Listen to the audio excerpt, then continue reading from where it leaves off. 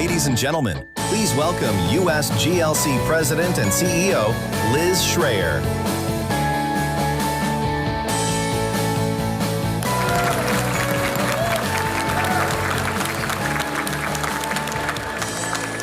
Ready to get this party started? Well, welcome everybody to USGLC's 2026 Impact Forum. I am thrilled to see you all here and to welcome all of you. So I want to tell you, last month, I attended the opening night of the revival of the show 1776 at Ford Theater. It was part of America's 250th celebration. For those of you who don't know it, it's the musical reenactment of the Continental Congress and the spirited debate that led to the Declaration of Independence. So that night, it was very Washington. All the VIPs were there, senators, congressmen, cabinet secretaries. And I watched as I was wondering what they were all thinking as the plot turned to the precariousness, the improbability of 13 colonies succeeding in the birth of our nation.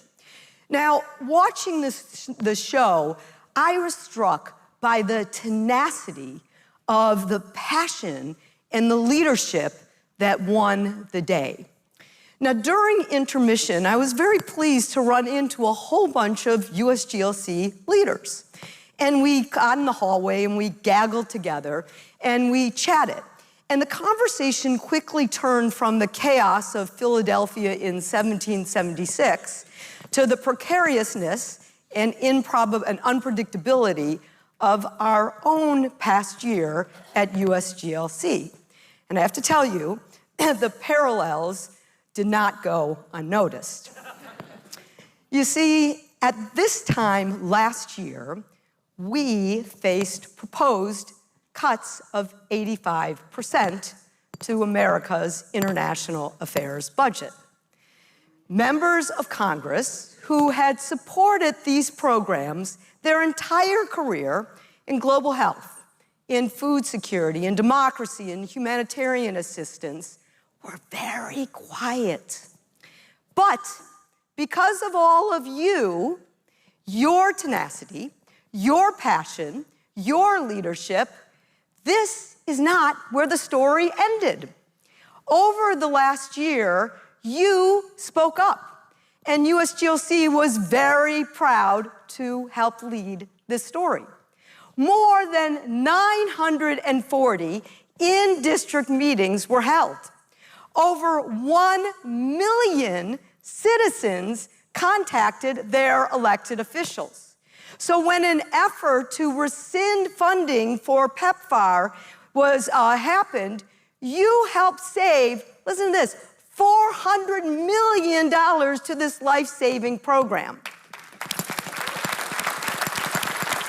When another rescission was attempted to cut $16 billion from international assistance, congressional leaders on a bipartisan basis, with your support, saved $11 billion to programs that are critical to America's economic and security assistance and interests.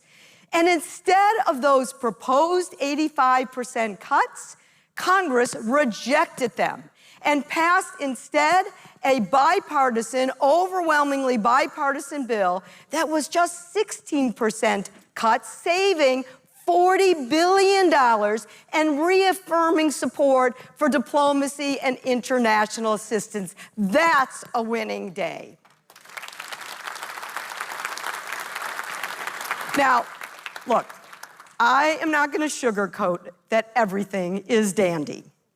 A recent international study sadly showed that there's nearly 25% drop in official development assistance just in the last year, which means that our job is very clear. We have to connect the dots. We have to show how international assistance not only saves lives, which of course it does, but also makes the world and our world safer, stronger, and more prosperous here at home. And this year, there are opportunities to do that every day. And I'm going to give you a few examples. On global health, we are working with the State Department on their America First global health strategy. And we're pleased that they have incorporated many of our recommendations. At the same time, we are not afraid to call out the missed opportunities, like the billions of dollars that were passed by Congress for the Global Fund to fight HIV/AIDS, malaria, and tuberculosis that were not moving forward. So just last week, we had a few meetings, made a few calls, and guess what? Nearly $600 million to the Global Fund was transferred, particularly at a time that not only saves lives, but when there's an Ebola breakout. So we'll keep doing that. On food security, there's some good friends that are leading the all-important Food for Peace program over at USDA. One of them is Undersecretary Luke Lindbergh, who was just nominated to lead the World Food Program. And if he's confirmed, he's going to be terrific. So we have to work with his office, our friends on Capitol Hill, to ensure that America always leads in the fight for global hunger. And on the issue, for example, of critical minerals, which certainly is motivating both sides of the aisle in this town every day, we're going to spotlight how America's international assistance matters in that effort on critical minerals. So we hosted the chair of the House Foreign Affairs Committee, Brian Mast, to showcase how international assistance can matter here too. Some of you may have heard of the Libido Quarter Investments. It's a game-changing America investment program, a railway that runs from Zambia and DRC, where there's critical minerals, all the way to the Libido port in Angola. And here's a couple examples. The State Department invested $1 billion in an infectious disease program in the DRC, one of the countries. The Development Finance Corporation and the MCC invested in a farm-to-market program all the way through the railway. USTDA, another development aid agency, is investing in digital connectivity. These are aid programs that are investing in local communities, not only to help win the critical minerals race, but they're part of how aid can make a difference. So look, there are hurdles for sure, and some of them are really big, but there are opportunities too. And you are the difference makers, giving policymakers confidence that these programs make a difference and deliver to the American people. Members of Congress and candidates we're seeing every day are seeking out USGLC to engage with your voices, your ideas, and your expertise, and what it takes for America to win in the world. So as we mark 250 years since our nation's founding, we are going to look, and that's part of our theme today, to the next 250 years. America was always founded to be the promise of the future for our children and their children. And our role is to work to keep building towards that more perfect union. So it's why we're here today, to hear your stories, to hear your voices from veterans, farmers, mayors, faith and business leaders, probably not unlike those early delegates of the Continental Congress, because that's what's so important, to hear and to learn from one another. So this is a different year. I feel it from where we stood, and I stood on the stage last year. And you're showing up today, speaking with your passion, with your leadership, is how we turn from the complexities of yesterday to the opportunities of today and tomorrow.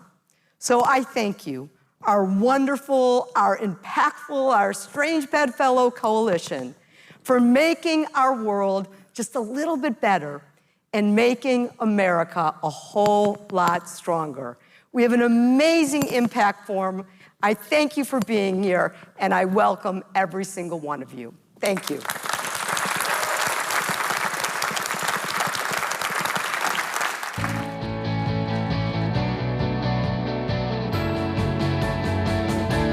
Ladies and gentlemen, please welcome USGLC co-chair, Senator Norm Coleman. Thank you. Good morning. First of all, I'm so pleased to be here with you. The impact that the USGLC has in Washington is because of the impact we have with you in your communities, in your towns, in your cities. That's why we can do the things that we do. So without you, someone once said, a leader without followers is just a guy taking a walk, okay? We're just taking a walk without you. So thank you for being here. Thank you for all you do. If I can, just a point of personal privilege, I was part of the delegation of the United States Senate when President Bush announced the PEPFAR, and we went to the first visit to Africa before PEPFAR.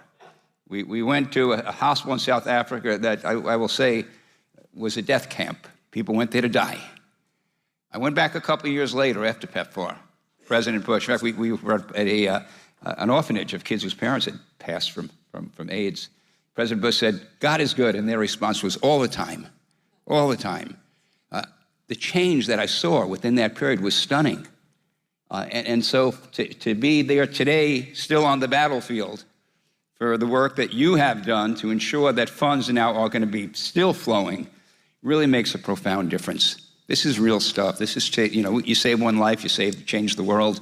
We're changing the world in a lot of ways. So I thank you for all that you do. I don't know if the present time is as critical and challenging as we've ever had. Liz, escalating crisis, Ebola now in Africa, escalating conflicts, competition from adversaries, China and Russia.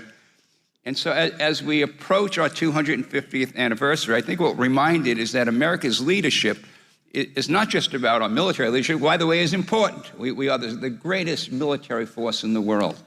We're also the greatest humanitarian force in the world. We're a nation built on a foundation of faith. We believe in our gut, in our visceral, that to whom much is given, much is expected.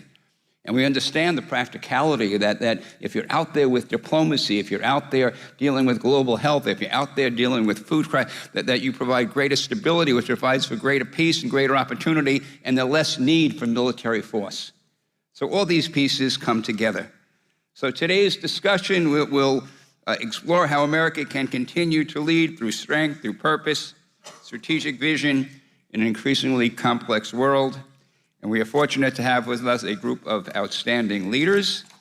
Senator Andy Kim, the junior senator from New Jersey. David Miliband, President and CEO of the International Rescue Committee. And General Joseph Votel, former commander of U.S. Central Command, with nearly 4 decades of service in the United States Army. And again, another point of personal privilege, a former constituent of mine from the great city of St. Paul. So great to have General Votel here with us. Ladies and gentlemen, and to moderate our conversation will be Jada Joyan McKenna, who serves as CEO of Mercy Corps. Senator Kim, General Votel, David, Jada, welcome.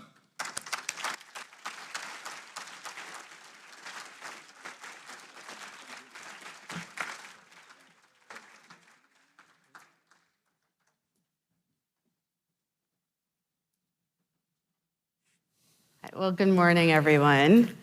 I have the pleasure of moderating this great panel. We are going to start out overall and then get to the heady topics that worry us about the overall.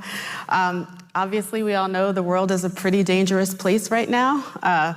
We have been dealing with things in the Middle East, to Ukraine, to Sudan, and on top of it now, we have an emerging outbreak of Ebola in the DRC. We also, in the midst of this, have 123 million people displaced in the world due to conflict, violence, and persecution. So we already have many powder kegs sitting for humanitarian crisis, and in some places like Sudan, it already is. So I want to take advantage of the expertise that we have in the room and ask about the humanitarian hotspots. So we'll do that in a minute. But right now, if we think big picture, and I'll start with you, Senator Kim, what do we need to do as a country to meet the moment right now? Yeah.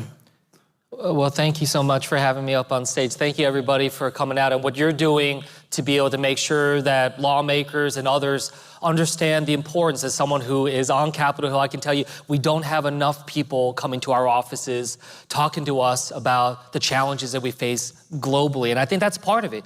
I was actually just reflecting on this the other day. I was talking to some of my colleagues, because many of them don't know, actually 20 years ago to this year, in 2006, I was a graduate student fellow in the Senate Foreign Relations Committee.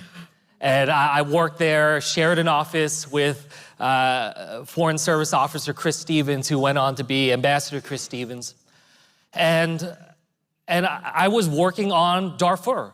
I was working on the challenges of the crisis at that moment. Now, 20 years later, I am back at the Senate. I'm now a senator. But the question is, do I have any greater ability to be able to try to shape what is happening on the ground for the better in Darfur?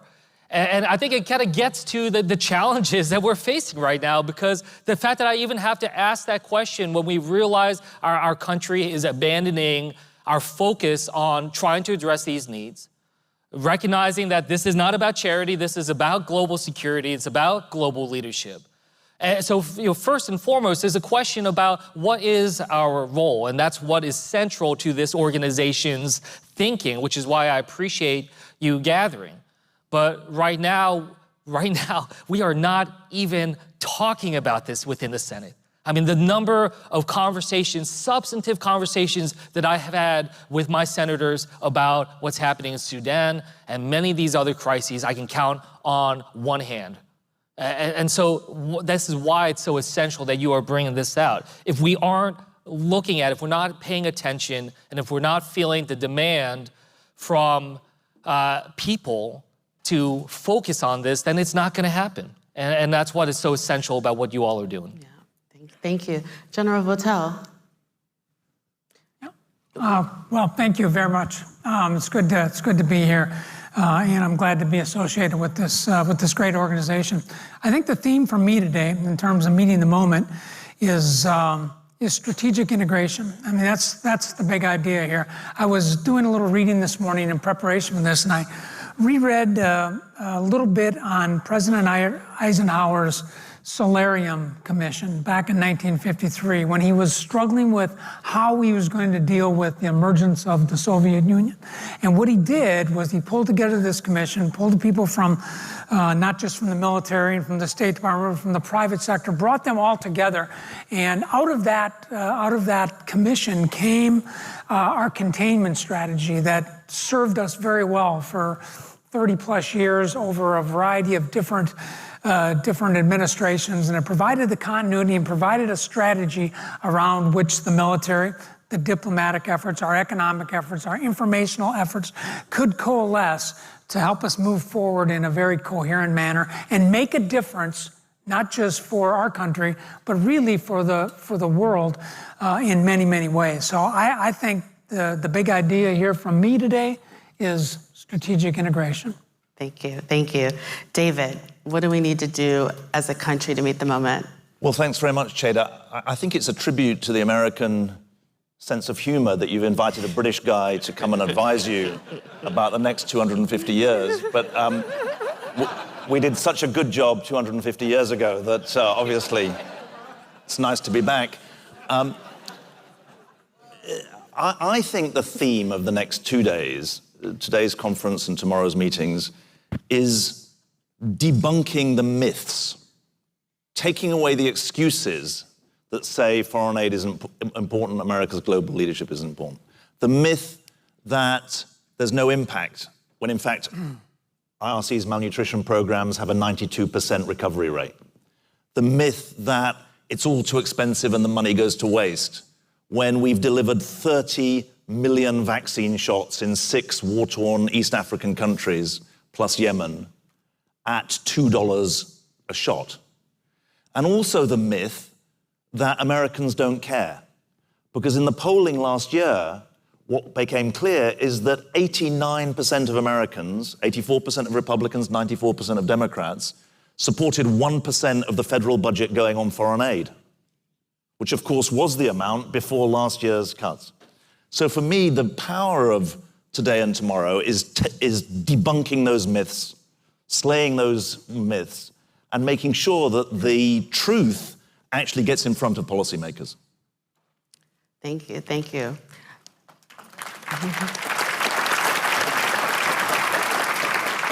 And right now, with this Ebola outbreak, we're really testing our ability to move quickly and to respond and to pull things together.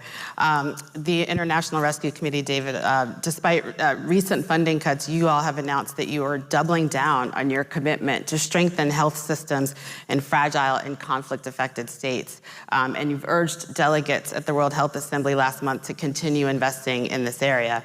Senator Kim, the administration has announced new funding commitments to support Ebola response efforts, but it has also at the same time proposed significant cuts to global health programs, and funding that's already been approved by Congress remains unspent. How can Congress work with the administration to ensure that these resources are deployed effectively in the manner of strategic integration? Like, what can we be doing to make sure that they're deployed effectively and working with this administration so that we are prepared and have improved preparedness for future outbreaks as well? Well, the key really is about coalition building right now. You know, my side does not have enough votes to be able to implement this on our own. And as we've seen over the course of this last year, there are a few Republicans in the Senate that are willing to join up on certain issues, but they are strategically choosing where to be able to make their stand, where to be able to make the fight, and trying to figure out how to be able to best convince them that certain things are important is necessary. For instance, we were able to reverse much of the cuts that this Trump administration was trying to do to NIH funding, to other types of things when we look at what we were trying to get done when it comes to Gavi and be able to continue on that funding. This administration was trying to zero out that funding when it came to assistance with global vaccines. We were able to get that funding back in, but now we're continuing to see that there are challenges on the implementation, the execution of that money. You know, so those same senators that we were able to build that coalition through an appropriations process, it's one of the few places where we've seen Republicans maybe not vocal with their words, but at least pushing forward and pushing back against this administration on the funding side. But we need that execution. So all of us thinking through, you know, what is that coalition going to look like? And is that coalition willing to put things on the line to be able to deliver? So like right now, for instance, the Senate has before us this week $70 billion for ICE and CBP enforcement, a reconciliation bill, zero in there about healthcare, zero in there about foreign policy and global leadership. You know, are there senators, Republican senators, willing to say, I'm not going to move forward on these types of things unless we see implementation on other aspects of what I want to see done? I'm going to continue to try to push and build that coalition of 51. I'm asking for your help to be able to help build it too. Thank you, thank you. It's David, the fact that we have to really build the case for this and have the coalition for this and struggling for it is alarming. Can you just explain to the audience the potential fallout if this Ebola outbreak spreads further and further reflect on what this means even for those who might live far away from this outbreak, right? Well, the Eastern Democratic Republic of Congo, I mean, this is a private meeting, undemocratic Republic of Congo in all sorts of ways. The Eastern DRC has 120 different militias that are operating there. It's a war zone. That makes it more difficult. Secondly, this disease takes 21 days to incubate in your body. That's the second reason why this is spreading fast. Thirdly, it's not the Zaire brand of Ebola. It's a particular new strain. There were actually 230 cases last year, and there was no work done to try and develop a vaccine. So it's not a question of whether it spreads. It's now spreading very fast, fueled by those three factors, including across the border into Uganda. We have a lot of experience, along with other NGOs, in addressing Ebola. Building hospitals after the outbreak starts is not the answer. If you're actually going to address this, you need clear leadership, and that's going to come from the World Health Organization, which sadly the United States is no longer a member of, and also the African Center for Disease Control. It's going to come through engagement with local populations, because this is not a virus. It's not going to become a pandemic. It's spread by the transfer of bodily fluids. But it means really engaging with the local population. I want to make one point about that. 2/3 of the victims of the disease so far are women and girls. So it's not, quote unquote, woke or politically correct to say that we have to target those women and girls. It's not politically correct, it's just correct. It needs to be done. And the local engagement is also about safe burial practices, because it's at burial time that most of the spreading happens. Thirdly, it's about a surge of resourcing. The administration has announced $23 million. We need to go multiples of that, 5x, 10x, more than that, because obviously the protective equipment is absolutely key for health workers, because if we can't help the health workers, we're going to lose even more people. Fourthly, there's an absolutely critical need to recognize that while, quote unquote, life-saving, immediate life-saving aid is vital, if you're cutting off health facilities in the name that they're not life-saving, you're just brewing up trouble down the line. And a year ago, we had to reconfigure our health, maybe Mercy Corps had the same, we had to reconfigure our health services in the Democratic Republic of Congo away from pandemic preparedness, away from the monitoring of disease, away from some of the water and sanitation, latrines and other facilities, towards a narrow definition of life-saving. And we warned at the time, this is just brewing up trouble. And so as sure as night follows day, you end up in this situation where you've got a further Ebola outbreak that is already on the run. If I've got time, I just want to make a final point as a non-American here. America was the anchor of the global aid system. That doesn't mean you did everything. You can have an argument about others should have done more, but the anchoring meant you were the fastest to respond. You had the full spectrum of engagement.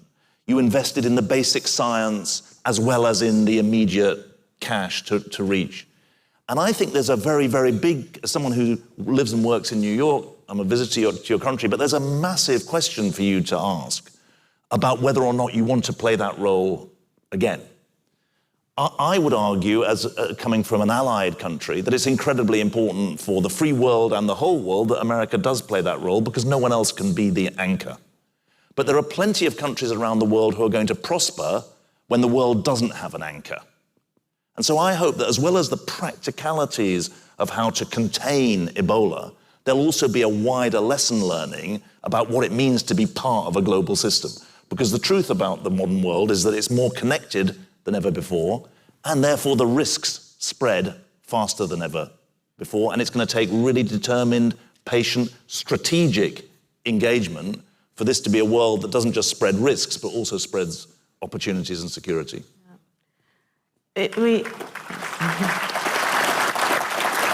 With global health and Ebola, we might have to make the case that it is relevant for all of us, but certainly I'm moving to the Middle East now because as the recent events with the Strait of Hormuz have inflicted gas prices and fertilizer shortages, it's very clear that that conflict is affecting us, especially for U.S. farmers and agriculture around the world. General Votel, drawing from your experience as the CENTCOM commander, are there lessons that you'd point out about the importance of strong collaboration across the defense, diplomacy, development spectrum in the region today? And if the President Trump called you into the Oval Office today and asked you for your advice on the Middle East, what would you say? Okay. Yeah, thank you very much for that question. So, I think kind of going back to maybe some of David's points here, I think the United States has always been best in its responses when we have pulled on all of our levers of national power. I mean, I go back and I think about the campaign against ISIS in Iraq and Syria a few years ago. It was something that I was very intimately involved with. But, what we recognized very early on in that campaign was that the military had to be fully integrated with kind of the civilian diplomatic development side of the house as we were doing that. So as we moved to conduct major combat operations in a big city like Mosul, we had to make sure that we had planned with humanitarian planners and with our diplomats how we were going to do that at the same time that we protected the civilian population. So, you know, I think as I look at what we're dealing with now in the Middle East, I think we have put a lot on the backs of the military, and there's a lot that the military can do. They should be able to, for $1 trillion a year, we should be able to deliver military outcomes, and I think in many cases we have. But I think what you learn out of military experience is that ultimately, in many cases, the military by itself is not decisive. What is decisive is the diplomatic follow-up that comes with that. It is the economic tools that are applied in the wake of that and in support of that. And it's the informational aspect that we bring to bear that really consolidates what we do militarily into a strategic victory. And that's what I think we're wrestling with right now. We've been very heavy on the military side, and we're now trying to pull in the diplomatic efforts and some other things right now. And I think that's affecting us as we move forward.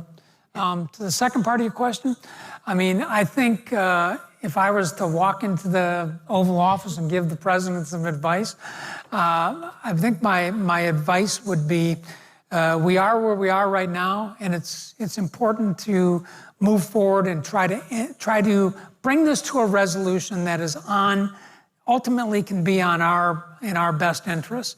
And I think there are certain things the military can do to assist with that, but I think the real effort has to be in the diplomatic side, and we've got to engage in a level of diplomacy that is going to move this in a direction that is going to bring this to a conclusion, and we'll do so in a way that benefits the United States. And I think what that means is we're going to have to suppress our appetite a little bit in terms of the things that we are trying to accomplish in this, given where we are today.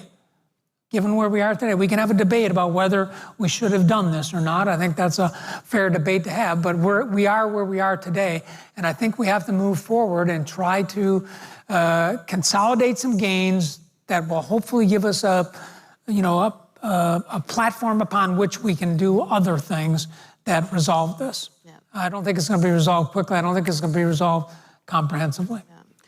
As you mentioned, diplomacy matters, and Senator Kim, I'm going to call on you to pull on another part of your career. You were a career officer of the State Department in Afghanistan, where you advised General Petraeus and John Allen. Can you share one example of where you saw firsthand how U.S. diplomatic and humanitarian tools were indispensable? And then maybe after that, can you talk about how you're talking to your colleagues or working with them to make sure that we maintain diplomacy as a central tool?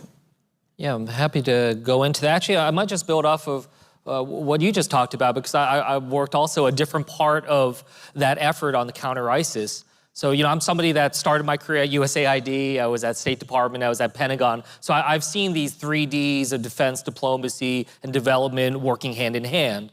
And what was just said is absolutely right. It needs to happen comprehensively and strategically. And what we tried to do with the counter-ISIS fight is, while the military effort was underway, we were coming up with a strategy about the day after, about what comes next, and to be able to fill those vacuums and it wasn't just about the United States either. We built a global coalition where the UK played their part, Australia, Italy, others were playing their part. And we had just that kind of deconfliction where we all understood what role we were trying to do. And that took months in prep ahead of the siege of Mosul and other operations, so that we are ready to go and deploy. So I wanted to just give you that and pull a little bit further on that thread with the specificity, because that is what we need right now. That is what we need, not just in the Middle East, but we need it all over the place. And I think what it also shows is that multilateralism isn't just like a nice to have. This isn't just about trying to build up your numbers. It's about assigning specific roles and responsibilities And sure, some of our partners, maybe they could have done more on different aspects of this, and those are important conversations as we have going forward.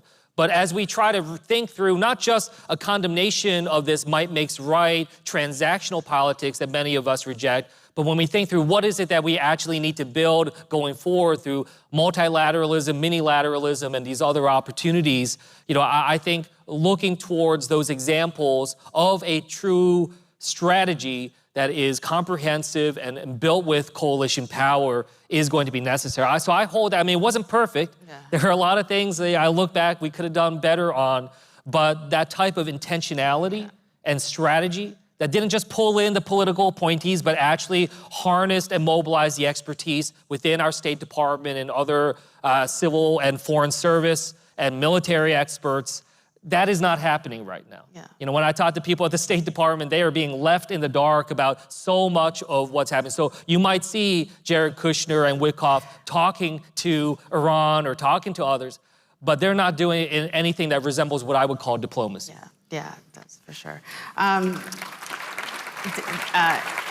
David, you and I spend our time thinking about what all this means for the world's most vulnerable, and obviously we're feeling the effects of the gas prices, but we know that the Strait of Hormuz is really creating like a food security time bomb. I think it's a phrase that we both use. Why should we, and can you tell us what this is doing to the price of fertilizer and why we should be concerned about what these shifts mean in lower income countries? Well, I spent 3 years as foreign minister in the UK from 2007 to 2010 negotiating with the Iranian government and in the early stages of the attempt to get a diplomatic resolution of this nuclear issue. And there's really a lot of wisdom in what the general and the senator have said so far. I want to put it, though, in very, very stark terms. This war is not going to be over. There may be a ceasefire, but that doesn't mean the war is over. There may be a cessation of hostilities, but that doesn't mean the war is over. And it won't be over because there'll be so many outstanding issues, not just the nuclear issue of the 400 kilograms of 60% enriched uranium.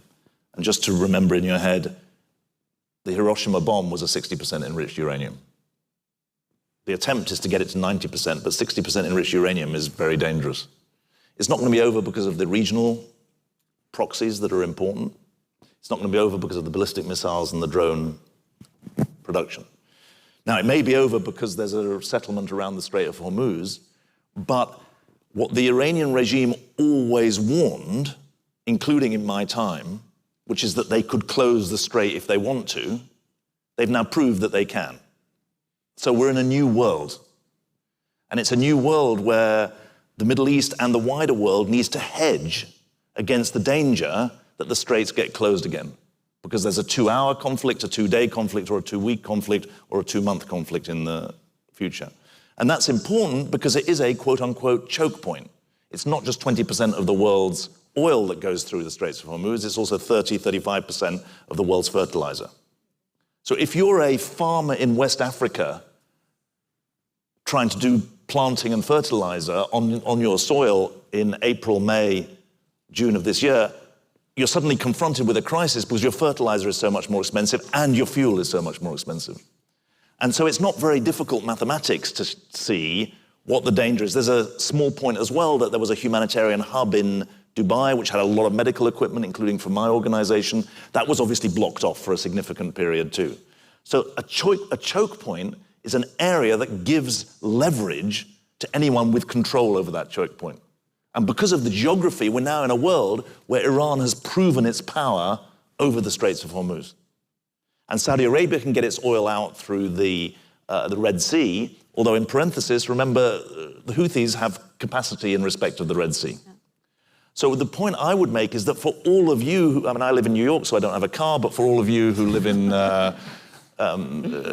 sunny Virginia, there is, you can see your gas prices going up. And that's annoying.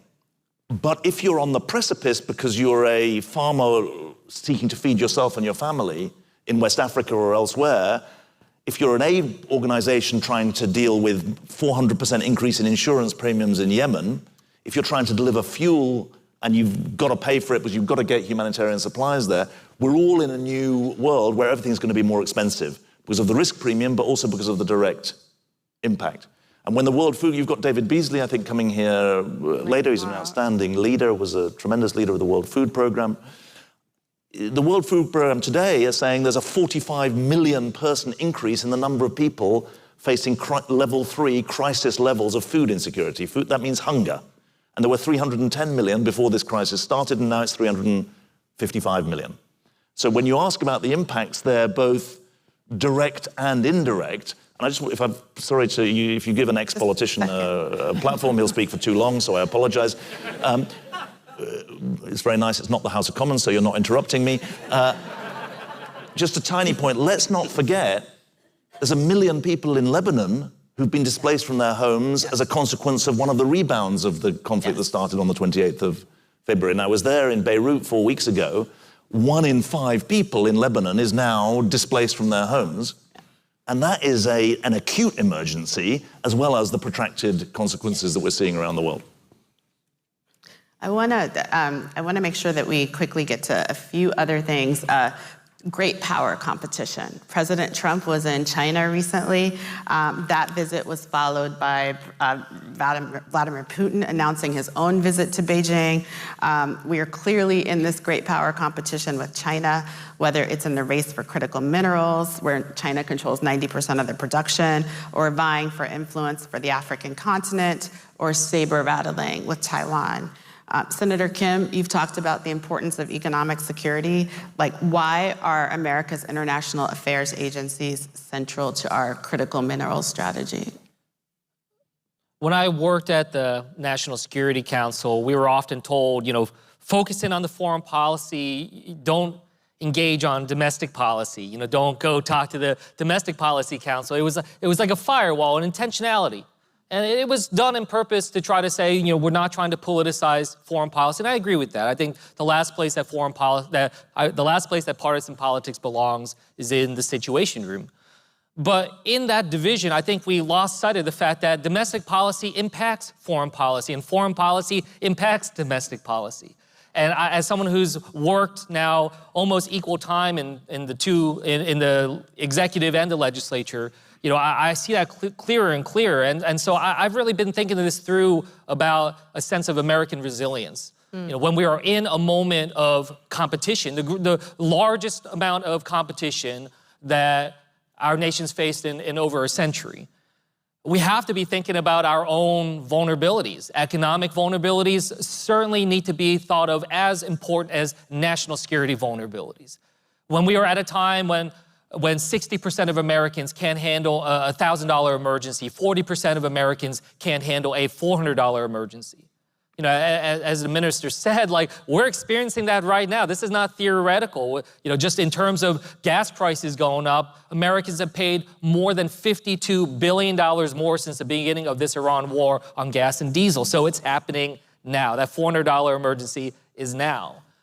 And yes, we are a great nation, but it's like a skyscraper that doesn't have the shock absorbers to handle an earthquake. We need to be able to build a sense of resilience. That means assessing our vulnerabilities. Critical minerals, pharmaceuticals, energy production is a major problem in this kind of capacity. So what we're trying to do through infrastructure law or chips and science, that has an impact on what we can be doing globally. But also on top of this, it's about making sure that we can speak human about our foreign policy. And as you go to the Hill tomorrow, as you go and engage communities around the country, first of all, we have to go and we have to listen to people about what's on their mind, not just go and dictate what we think is the right thing for our country to do when it comes to foreign policy, but be able to go and listen and to be able to make that case, show respect to a population in this country that it just believes that the status quo is broken, and in many respects, they are right. The fundamental status quo has been broken. But the question is, how do we make sure we listen to them, bring them along, gain that sense of credibility and trust, and be able to push forward? And I really do think that in this era of competition, and it's not just about competition, it's also an era we are in the age of crisis. Yes. And the crises we will face aren't going to stop in 2.5 years when we have a new president. We are in an era of crisis that'll continue on both domestically and internationally. And I think a strategy of addressing national project on resilience is necessary. That is not an end in itself. It is not just to hunker down and try to rebuild or build anew, but it is ultimately a sense of resilience that will ultimately lead to new opportunity. And I think that that's how we're going to navigate this moment. Yeah, I love that, American resilience. That's a great term. Speaking of American resilience and the different tools, so General Votel, in your role as CENTCOM commander, you testified that China's Belt and Road Initiative has produced not only profit-generating projects for the PRC in key regions, but it's also about improving China's military posture around the world. Recognizing the array of domains in which the U.S. must compete with China, what are the civilian tools that we should be prioritizing to counter China in Asia, Africa, and beyond? Yeah, it's a great question. And you know, as a CENTCOM commander, I testified before the Senate Armed Services Committee that the greatest threat was, in fact, what we were dealing with in the Asian Pacific, despite the fact that we had ongoing combat operations in CENTCOM. So it's a recognition that there are bigger things out there that we have to pay attention to. From a civilian, you know, standpoint, certainly diplomacy leads the way in terms of this. Building partnerships, building relationships, I think are very important.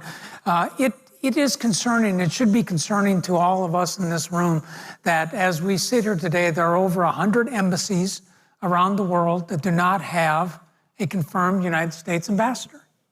That is astounding. It is astounding that we have not done that. Now, I know it takes some time to get people through the confirmation process and I mean, most get of them are not even nominated Yeah. right now. So. in your defense. Yeah, I definitely get that.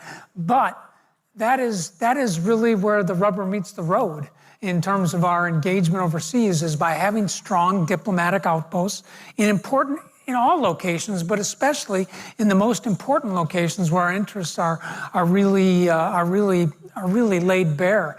So we've got to put the effort into getting people into positions. The first rule is you got to show up. Mm-hmm. So we have to show up with our diplomats. Second of all, we need to look at development dollars, and we need to look at how we are investing military aid. To support our partners out there. We've talked a little bit about Lebanon right now. I think we missed an opportunity with Lebanon, frankly. It's both a military one and it's a political and diplomatic one here. You know, when President Aoun went in here about 18 months ago, I know him. He was the chief of defense there. He's a good man. He cares about his people. He cares about doing the right thing. But he didn't get a lot of help from us in terms of that. Didn't get a lot of help in stabilizing the military. That would have just been money. We could have provided some training to them. We could have helped with some civil military implementation thing that would have helped him as he tried to project power down in the southern part of the country. But we haven't done that, and now we are where we are in Lebanon, and it's affecting what is happening right now. So we've got to look at the development aspects of this. I think I'll end on this. I think the last area where we need to focus on is on the information aspect of this. You know, a mainstay of American power, in my view, over the last number of decades has been the power of our ideas and our ability to get those things out there. We had an organization called the U.S. Information Agency. It's long gone. You know, that's an anachronism of perhaps of the Cold War, but it was an agency that really focused on getting our messages out there. And you know, the messages of things that the United States stood for, the things that we backed around the world, that is really important. And I think that's an area where we can do this. I guess the final thing would be the power of our business, the power of industry. You know, don't forget the fact that the Marshall Plan that we implemented after World War II was not implemented by the military. It was not implemented by the Department of State. It was implemented by American business executives that went to Germany, went to Japan, and helped lead the rebuilding of our adversaries so that we could create stability long term. The power of our business, the power of our private sector and our capital markets are something that needs to be leveraged much more. Yeah, no, thank you. Thank you for that. there are a lot more topics we could have talked about, including Ukraine. You know, these wars have been building upon each other, and we've seen people learn from each other in these wars, which is quite tragic. But, you know, despite the many things we could be talking about, I want to close with this, and that's the topic of hope, because we need to motivate people towards something. Surveying the state of the world and the multiple layers of humanitarian crises we are facing, this can be overwhelming and discouraging. So as we try to do what's best for our country, or whichever country that is for you, David, as we try to do our best for the country each day and make a difference in the world, what gives you hope? And I'll start with you, Senator Kim. I'll just be quick here, as I know we're coming to a close. Today's election day in New Jersey. And we're entering election day in New Jersey with a level of turmoil and unrest in the streets of New Jersey, unlike anything I've seen during my time representing it. It has been a very difficult past week. And still, people are going to show up today. They're going to show up in record numbers. They are paying attention. They are desperate for a sense that their voice is being heard. And not just by me, but from the rest of the country. They've been asking me, you know, is the rest of the country paying attention to what's happening here? Because it's not just about New Jersey. So I would say that I feel hope, because despite of how bad things are right now in my state and around this country, people are staying engaged. I'll just end on this. I've been saying for a lot lately this line. I say, I believe that the opposite of democracy is apathy. It's if we give up and feel that sense of hopelessness, that we can't change it. So I just ask you to fight against that sense of hopelessness. You showed up today. You'll go to the Congress tomorrow. But what are you going to do the day after that? What are you going to do next week? What are you going to do next month? Come up with a real plan on your engagement so that we can do our best, because this isn't going to be something we can just win on Election Day. We have to fight as citizens for our responsibility every day. Yes, yes. Thank you, every day. General Votel, what's giving you hope? So that's a great question. I think what gives me hope is the youth of our country. And when I say youth, I mean people under my age, like under the age of 68. I have an opportunity. I go to West Point and spend time with cadets, and I have an opportunity to get out and talk to a number of college students as I travel around and do some of my speaking and other activities. And I'm always amazed at just how smart, how articulate, how they're thinking about the big ideas, how they're thinking about the big things that are impacting our country. And I know sometimes the youth, our young people, get a bad rap because they might be gamers, or they might be focused on their cell phone or something like that, but that's not my experience. My experience in uniform was that the people that were coming to serve were good Americans. They were standing up for what they thought was right. They came for the right reasons, and they cared about the country. And I think that whole idea can be extended across those generations. Wonderful, wonderful. Just 2 points from me. The first is, I think it would be just a dereliction of duty if we ended this 40-minute segment without mentioning the word Sudan. Sudan is the largest humanitarian crisis in the world. It's the largest humanitarian crisis since World War II. It involves 30 million people, and they are suffering for a reason directly linked to what the general said in his last but one answer. Because in the same way that he said in 2025 there was a new government in Lebanon which didn't get support, in 2019 a dictatorship in Sudan was overthrown. There was a new civilian government in Sudan. They didn't get support. And so in 2021, there was a coup. 2023, the people who ran the coup fell out with each other and there was a civil war. So these things come round. And as a gathering of humans who care, who express our empathy through the work that we do, that crisis in Sudan is getting 1/10 of the coverage that it had 20 years ago. Who's the George Clooney of today? And the crisis is 4 times what it was. Yeah. So you can do the maths about what our teams are facing. I'm sure it's the same. Yeah, that was there last month. Secondly, for the question of the hope, when I was in politics, I used to think that hope led to action. Leading an NGO, it's action that leads to hope. do something. That's actually the way to generate that renewable energy of hope in a better future. And America is a great advertisement for going and doing something. And I think that's an injunction that we should take away with us. I love that. Thank you, Senator Kim, General Votel, and David Miliband. Let's all go do something. Turn it over.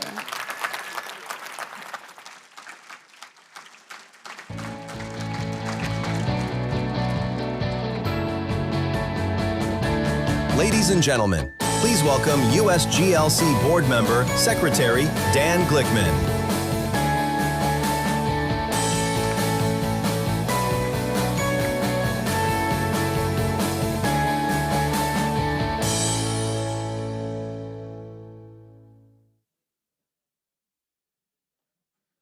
Well, good morning, everybody. That was one hell of a panel, I have to tell you. These guys were terrific. They deserve another hand. And Jada, you did a great job as moderator. So we'll move from national security. We'll transition our conversations to prosperity, economic prosperity, exploring how America can strengthen its economic security in an increasingly volatile and competitive world. So it's my privilege to introduce Gina Raimondo, who served as the U.S. Secretary of Commerce from 2021 to 2025. As Secretary, she focused on economic competitiveness by advancing job creation, supporting entrepreneurs, and bolstering America's economic and national security. And since that time, she's become an expert in all of these areas, and particularly in the area of high technology and the engaging need for America to develop a chip industry as well. Prior to serving in the cabinet, she was the 75th governor of Rhode Island, where she championed economic growth, expanded workforce opportunities, and led the state through the COVID-19 recovery.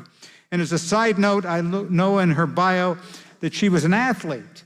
Gina was a member of the Radcliffe Rugby Club. It's in your own bio. I didn't make this up. She said it was good training for a career in politics. So we'll see how she does with Liz Schreier today. So please join me in welcoming Secretary Gina Raimondo in conversation with Liz Schreier.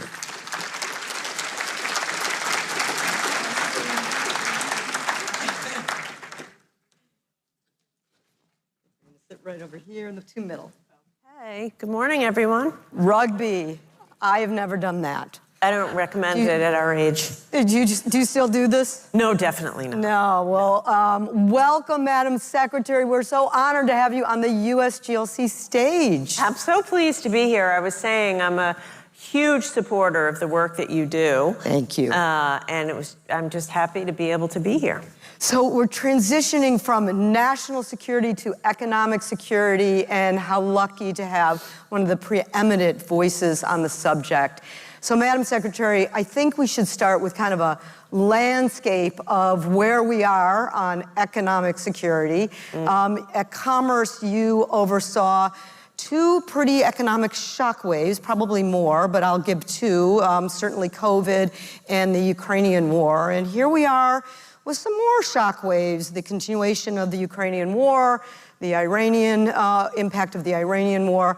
And I'm noticing, obviously there's so many things we can ping off of what's happening, but voters, I keep reading the polls, how they're really feeling the connectivity between what's happening in the world and what's happening in their kitchen table. From everything from inflation to slowing growth to food and water and obviously energy supplies.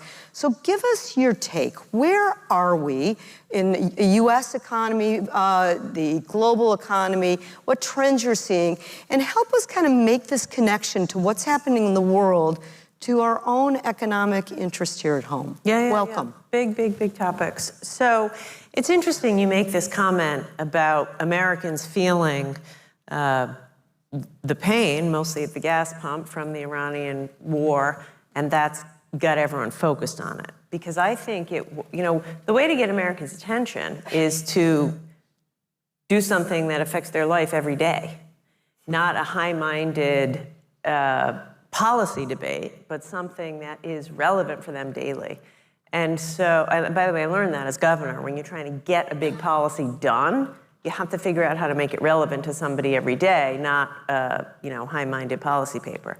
In any event, supply chains, which is critical to our national security and economic security, really, people only started to think about what is a supply chain during COVID, right? When we couldn't get access to masks and ventilators. Toilet paper. Toilet paper and everything. Suddenly, everyone was a supply chain expert.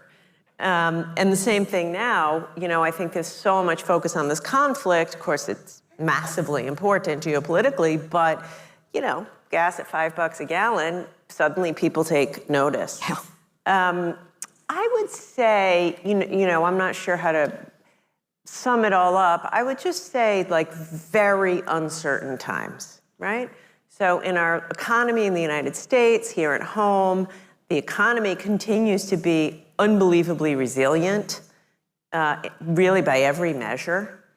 Unemployment, wage growth, jobs, productivity, very resilient. Yes, inflation is a challenge. It's been a challenge. It remains a challenge. But net, if you were to look at our economy versus, say, Europe, our economy, versus China's, incredibly resilient economy. That being said, underlying nervousness, right? Uncertainty, underlying nervousness. What's going to happen with AI, right? Will it lead to more jobs or fewer jobs in a recession? Nervousness. What will happen with this conflict in Iran? What is going to happen? Nervousness. Inflation. We have a new Fed chair. What will happen? Recent college graduate unemployment is higher than it's been in years. Nervousness. So I think that all of that is contributing to this general feeling of uncertainty. And we're just going to have to get through that. On the economic security bit of it, look, I feel better about where we are as a country today than, say, 6 or 7 years ago, because at least all policymakers on the left and the right are focused on economic security. Right? We are all talking about we have to wean our dependence from Taiwan for semiconductors. We have to have energy independence so we can lead in AI. We don't have the solutions yet, but it's on, everyone's mind. And to my mind, that is a critical thing. It's interesting you say that. When I moved to Washington more than 40 years ago, the Commerce Secretary was seen as a domestic position. And that's so old-fashioned now. And when you were Commerce Secretary, you traveled the world because it was so critical to our economic interests. And you went to, I probably don't have all the places, but Indo-Pacific, Western Hemisphere, you went everywhere. And you went everywhere because it was in our economic security and national security interests. And so I am interested in something. We have a large group of military leaders here, large group of veterans, and our chair of that is the former head of Southcom, General Laura Richardson, who I know, who's the best. Love her. And she was on the stage last year, and she would always say, we have to show up with Team USA. That was and she would talk about, we'll talk about tech and AI in a minute, but she would talk about, we would have to show up what animates a lot of us that are here, our embassies and our commercial diplomacy and our international assistance. And I'm curious, as you traveled, how you saw that Team USA showing up in that, using that set of tools in making sure we protect our own economic interests. So a few thoughts. I believe, you can talk about this, you decide if I'm right. If we lose to China, I think it'll be because of our economy, not our military might. I think that economics and technology, it cannot be overestimated how important that is. We have to have a strong economy, a more equal economy, a dynamic economy, an innovation-based economy, deep capital markets, if we're going to continue to lead the world. Your tagline for this whole conference is what? America wins when America leads. Yep. I couldn't say it any better. We must invest in us, in our people, in our infrastructure, in our tech, in our economy to be strong, and then we can outcompete. And it isn't just military might. That is important, for sure. And so as an extension of that, when you show up in another country, in Africa, the Philippines, Indo-Pacific, wherever, yeah, they want military, you know, they want what the general had to offer, but they also want economic benefits. They want foreign direct investment from the US into those countries. Many of them want free trade. You know, we can't just, it is not enough to show up to a country in Africa, Latin America, Southeast Asia, and lecture them about democracy. You know, as much as I believe in democracy, they want to know, what are you going to do to help our people, you know, eat and have businesses and be healthy, and also the military. So when I was secretary, I did travel often, and I would almost always connect with the military commander in the region. Interesting. So when I went to the Philippines and I think Malaysia or Singapore, I went with Admiral Aguilino, the Indo-PACOM commander. Yep. When I traveled in Costa Rica and Panama and throughout that region, I would go with General Richardson. And we would go meet the president of the country together. And I would bring some, like in Costa Rica, Intel, the semiconductor company, made a huge investment in Costa Rica, building a new facility, which I trumpeted and helped to make happen. And General Richardson, I think she brought scanners for their ports.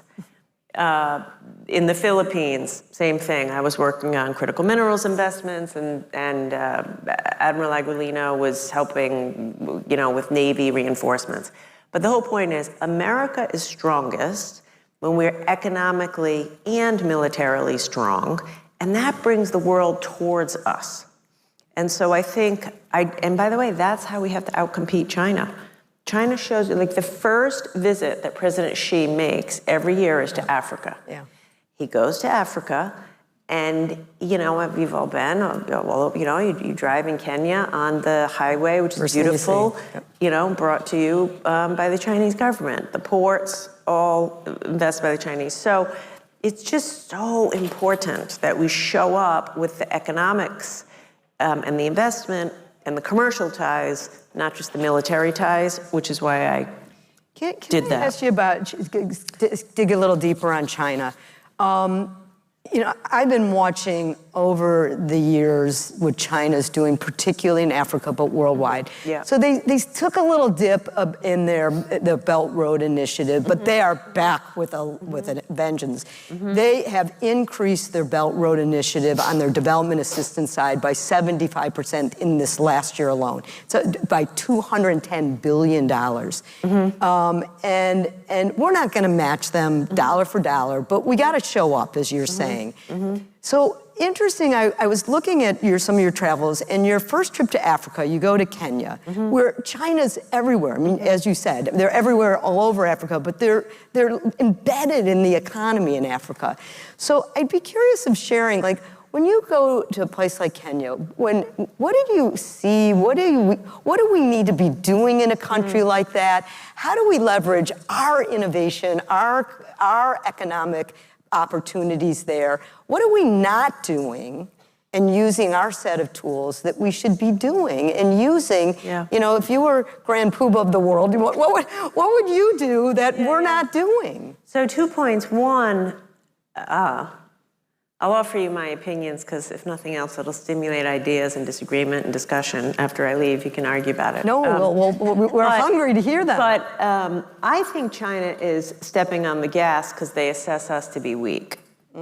I think they see an opportunity now, because America is retrenching from the world, have our hands full domestically, a really messed up political situation, like the divisiveness, the dysfunction, it's just, they see our income inequality. They assess all this and they say, this is an opportunity to get out in the world and be aggressive and bring the world towards us. That's what I think. Point one. Point two, I mean, look, we have to show up and compete. And by the way, no one in the world, I've never spoken to a world leader in a developed or developing country where they think we'll go dollar for dollar with China. And they don't want or expect that, because they all know that there's severe strings attached with the Chinese money. Their point is it's the only option we have, so we have to take it. And especially elected officials, like I spent a lot of time with President Ruto, you mentioned in Kenya, these guys got to get reelected. They can't show up with nothing. So yeah, he's not pro-communism, he's not pro-China, but he's pro-development in his country. And if we show up with nothing, he puts him in a political box. A huge advantage I think we have in the United States is AI. So when I went to Kenya, we announced and opened a Microsoft data center in Kenya. You know, people, and by the way, this is good for American security. Yeah. Do we want the world running on Chinese semiconductor chips and Chinese AI models, or America? I think America. So this is a thing where if we let our AI out into the world, it draws the world to us, and it's safer than China. But you do have to show up, and you do have to try to. America's strength is our private sector, and we have to enable them, encourage them, et cetera, to make these investments in other countries. The other thing I would say to your, whatever you say, Grand Poobah theory, a lot of you in this room, I think, the lights are bright, but I think I know who's here. You know, we have so many arrows in our quiver with the DFC, the Exim Bank, you know, USAID, State Department, what Commerce has, et cetera. And then, of course, like I already said, US private sector. We should, instead of shrinking all of those tools in the toolbox, we should be, I think, expanding all of those tools, giving the DFC, Exim, et cetera, more flexibility so they could swing with a bigger stick, and just use them all in a coordinated, strategic way in the rest of the world. I would agree with that. I think most of us would as well, so thank you. I want to probe a little bit more on your AI tech comment. In 2024, Time magazine put you on the cover. You were listed with 100 of the most influential players in AI. Having listened and followed you, I know why. AI is clearly reshaping our economy, real opportunities, real challenges, so we've got to learn from you. I was at the Council of Foreign Relations when you released a report that you co-chaired on a task force on economic security with a senior member of the Trump administration in Trump 1. And I want to read to the audience what you said in the launch report and then ask you about it. You said, the strength of a nation is no longer measured, what you just said recently, just said at the beginning, by its military, but by the resilience of its economy, advantages in critical technologies like AI, quantum and biotech. That's what will define the next generation and determine who will lead. This is a national security imperative, exactly what we're talking about. So, Madam Secretary, give us an insight, a little more than what we've been talking about, is where we are in the technology race. How are we doing? What more do we need to be doing in AI and quantum to make sure America wins? Yeah. You gave us this window into Africa in your visit, but how are we doing? Yeah, yeah. You know, I was yesterday with Senator Warner, who's some of you must be from Virginia, you're senator. And really a lead on this topic. Super lead on this, was chair, now ranking member of the intelligence community, and we were talking, and he was just talking to some of the military's top brass and the new head of the NSA, who said AI will be more consequential to military and intelligence than drones. And I agree with that, by the way. And drones, of course, have totally changed, you know, how we conduct war. And it's already happening. You know, you can see, think of like AI is applied to hypersonics, AI is applied to intelligence gathering, cyber threats, bioterrorism, et cetera. And so I think, how are we doing? I'd say well. You know, I'd say, well, the United States, we design the most sophisticated chips in the world. Now, because of the CHIPS Act and President Biden, We're actually making these chips in Arizona, in America for the first time instead of just in Taiwan. We have incredibly sophisticated models. We have great entrepreneurs. So, and there's even like a better connection between how the military procures technology and the new technology. By the way, it's not nearly where it needs to be. Yeah. But baby steps, getting there. So I feel good about all that. It doesn't mean that I don't worry. You know, I think China's ahead of us with quantum. I worry so much about biotechnology. We were chatting backstage, says what keeps you up at night. Biotech. China is just a juggernaut in the way they're producing new medicine. They're eclipsing us. And on top of it, we're already so dependent on them for the active pharmaceutical the ingredients that go into our most basic medicine, like penicillin and antibiotics. So similar to, what I worked hard on with the CHIPS Act, so we would reduce our dependence on Taiwan for sophisticated semiconductors, we have to do the same thing with pharmaceuticals and biotechnology, because we cannot be so dependent on an adversary for life-saving medicine. I certainly agree. We And learned that, just to put a fine point on it, that is national security. Like when I was Secretary of Commerce, I talked a lot about national security. I would ask to be invited to like the Reagan National Security Forum, and they say, well, we don't invite the commerce person. The Secretary of Defense comes to this, the Joint Head of the Joint Chiefs. I'm like, well, I'm just telling you, reliance upon China for medicine and food and semiconductors and AI is a national security threat.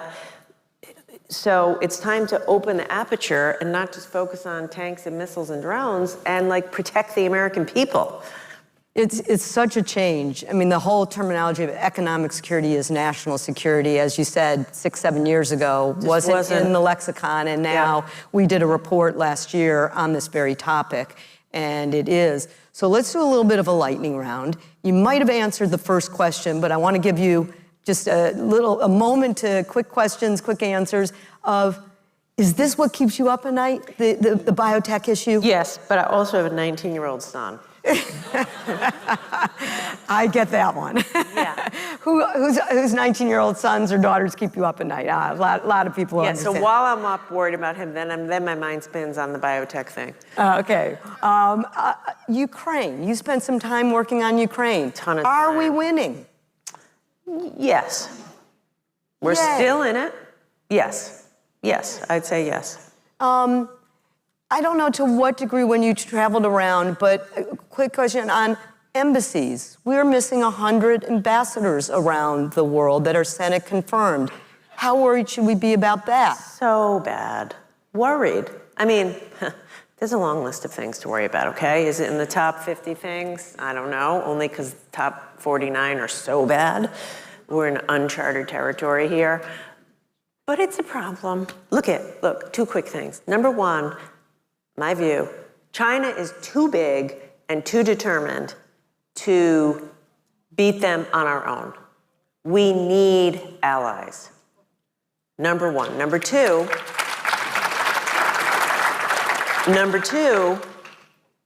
that's America's strength, right? We want to draw the world toward us. Not because we're chauvinists, that we're the best. We want to draw the world toward us through helping them, through everything I've just been talking about with our economics. Pissing off the world makes America less safe. And a component of that is not even bothering to confirm people and to show up. The most basic sign of like respect. So last of the lightning round questions is, what is a Gina special? Okay, this is very funny, and I don't know how it's become so well known. I don't know, but we all want to know. It's a little embarrassing, but since you asked, when I was secretary, I frequently would go someplace and not stay overnight. We would use. You have to we would tell where check those in. some places are. Oh, They're like- not. It's not like going to Detroit. Like Africa or the UAE or someplace in the Middle East or definitely Europe. We get a hotel room, show up, shower, change, do our work, get back on the plane the next day and leave, which I thought was efficient. But my woman who ran advance for me, apparently behind my back, named this the Miss Gina Special. And so we would be doing scheduling, and I'd be like, yeah, fine, we'll land in Abu Dhabi, we'll shower real quick, we'll do 2 days of meetings and head home. And then she didn't know I was in the room, and she's like, oh, another Miss Gina Special. So that's the Miss Gina Special. I don't know about you, but I'm not sure I would go all the way to Abu Dhabi and not stay overnight. So hats off to you. Hats off to you. I want to end with maybe not a political question, but so everyone gets to know a little bit more about you other than just the Miss Gina Special. But as Secretary Glickman introduced you, you were not only, you were a rugby player, but you've done so much more in your short career. You have been I want to get this right, a lawyer, a venture capitalist, state treasurer, governor, and we all know a commerce secretary. And I'm intrigued by the fact that you had a very successful private sector career, and you made the personal decision to give back and go into public service. And so I'd love you to share what that was. You said, pulled out a quote, on a very personal level, you felt the need to move to serve. And I'd love you just to close out why, and why in particular foreign policy was a piece of that, to know the world, to connect to the world, and to connect to serve, and to serve something that draws us all together. That it wasn't just about the world here, but the world everywhere, citizens everywhere. You know, for me, it wasn't that complicated. I have a pretty typical American story. Grandparents were immigrants from Italy, came here with nothing. My grandpa was a butcher. My other grandpa was a cook, neither spoke English, had no money, but they just came in search of the American dream. And they taught themselves to speak English. After they worked all day, they'd go to the Providence Public Library at night and like read the newspapers and such, and that's how they learned English. My aunt was the oldest of the 5 kids. She was told in high school, you got to drop out of school, get a job at the bakery, and bring your check home to the family. My other aunts all worked the night shift at the mills in Lawrence, Massachusetts. And so, I grew up on this steady diet of, because of their sacrifice and courage, you have opportunity. And so I live every day knowing that.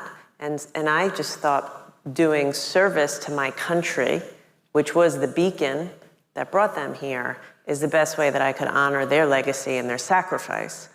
So once I got out of law school with an insane amount of debt, like so many kids these days, that's why I went into the private sector.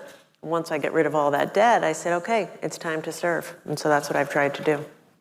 Ladies and gentlemen,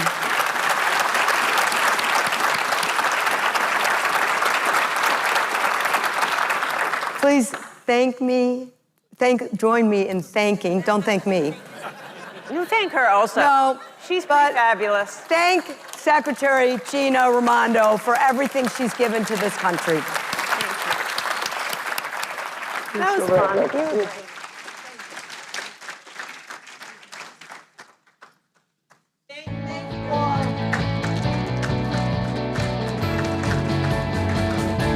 Ladies and gentlemen, please welcome USGLC board member Steve Morrissey.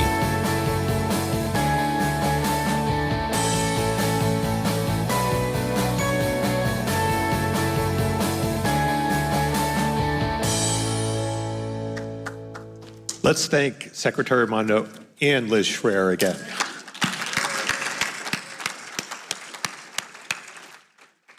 Good morning, everyone.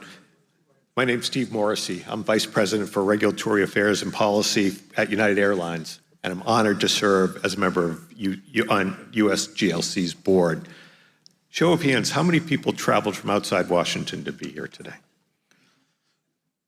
And how many have traveled beyond our borders in the last year? Very impressive. You are leaders. Thank you for your action and your leadership. So I work in a business that connects people to markets and economies around the world. In fact, at United, we have a saying, our shared purpose is to connect people and unite the world. So we live the mantra that America's success is tied to our engagement beyond our borders. The strength of our economy, the resilience of our supply chains, and our ability to innovate and compete all depend on relationships and partnerships that we build globally, truly global engagement. So we're going to continue the conversation on American prosperity in the next session. We're going to explore how America competes, how America wins through strategic investments in diplomacy, international assistance, technology, and AI. Our guests will examine the evolving landscape of economic security, critical minerals and supply chains, the vital role that global engagement, global leadership plays in supporting American jobs, innovation, and competitiveness. So the slate of leaders we have joining us for the discussion on American prosperity are Sasha Baker, sorry, my Massachusetts came out there. Sasha Baker is the head of national security policy at OpenAI and previously served as the deputy and acting undersecretary of defense for policy at the U.S. Department of Defense. Heather Culp serves as a vice president of government affairs at Chevron, and she's a fellow USGLC board member. Sam Kwan, general counsel of the U.S. Trade and Development Agency, USTDA, and to moderate the conversation, USGLC Senior Director, Sydney Trainum. Heather, Sasha, Sam, and Sydney, please join me.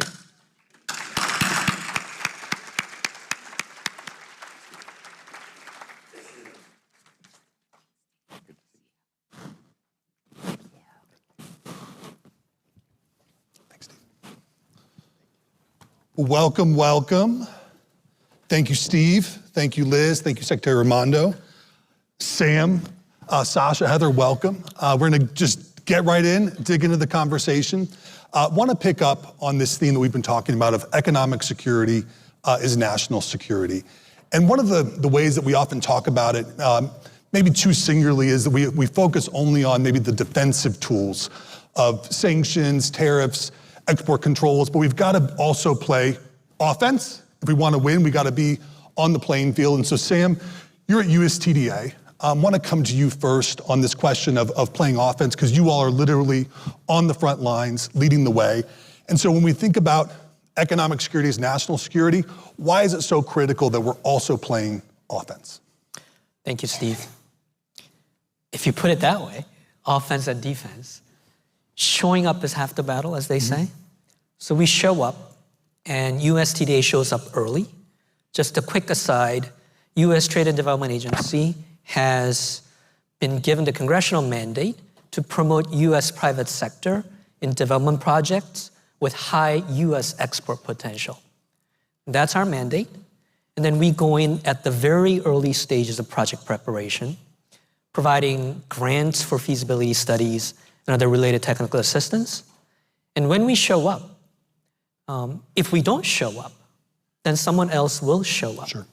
And I think that's one of the nature of the battle that we're in, is who gets to show up first, who gets to set the agenda, who gets to specify the specs for the infrastructure that'll be developed, who gets to set the rules about procurement.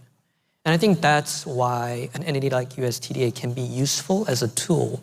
I do want to add, just in light of Secretary Raimondo's comments, you know, metaphors do have a way of locking us into a certain way of thinking. So when I hear offense, defense, I'm an Eagles fan. I think we're going up against Cowboys or something like that. Maybe that's the wrong team to pick in this audience. Having said that, I think there's a slightly different way of thinking about it, which is we bring something different than what the other side might bring. So I'm actually doing some training in our agency on project finance for our staff, because that's my background. One thing that I looked up just for that purpose was, how much did China spend on Belt and Roads over the last 13 years? Roughly something less than 2 trillion. And I was about to tell our staff that the global debt market right now is around 350 trillion. Equity market's probably half that. So I think what TDA brings to the project developers is, we don't just bring US solutions and US money, but we will help you put it together in a way that attracts the private sector capital more than anything else. I think that's compelling to our partners. I want to dig in on that more. Sasha, I want to come to you next. I promise not to ask you about the OpenAI IPO. We can say that for another day. But you have really unique experience, and want to just start, you've served at the Pentagon, you've served at the White House, in Congress, and this idea of economic security as national security increasingly, it's interconnected, it's inseparable. But I want to add one more layer to it, and that is the pace of change, of how things are just truly accelerating. I'll pick on OpenAI for a second. I think in the last 5 months, you've released 4 new models. I can't keep up. Neither can I. Don't feel badly about that. But this idea of economic security as national security, and we cannot separate them, the pace of the change of that at the same time. Yeah. Help us unpack it. What do we need to be thinking? Yeah, I mean, well, thank you for the question. I spent most of my career in government, and part of the reason I am where I am right now is for exactly the reasons that you just described. There is really no field, in my view, right now that more embodies the need for treating economic security and national security as intertwined than what we're seeing in AI. Because the same models and the same capabilities that are going to drive productivity, economic growth for us here in the United States and around the world are the same models and capabilities that have real strategic significance from a national security perspective. And those two things cannot really be decoupled at this point.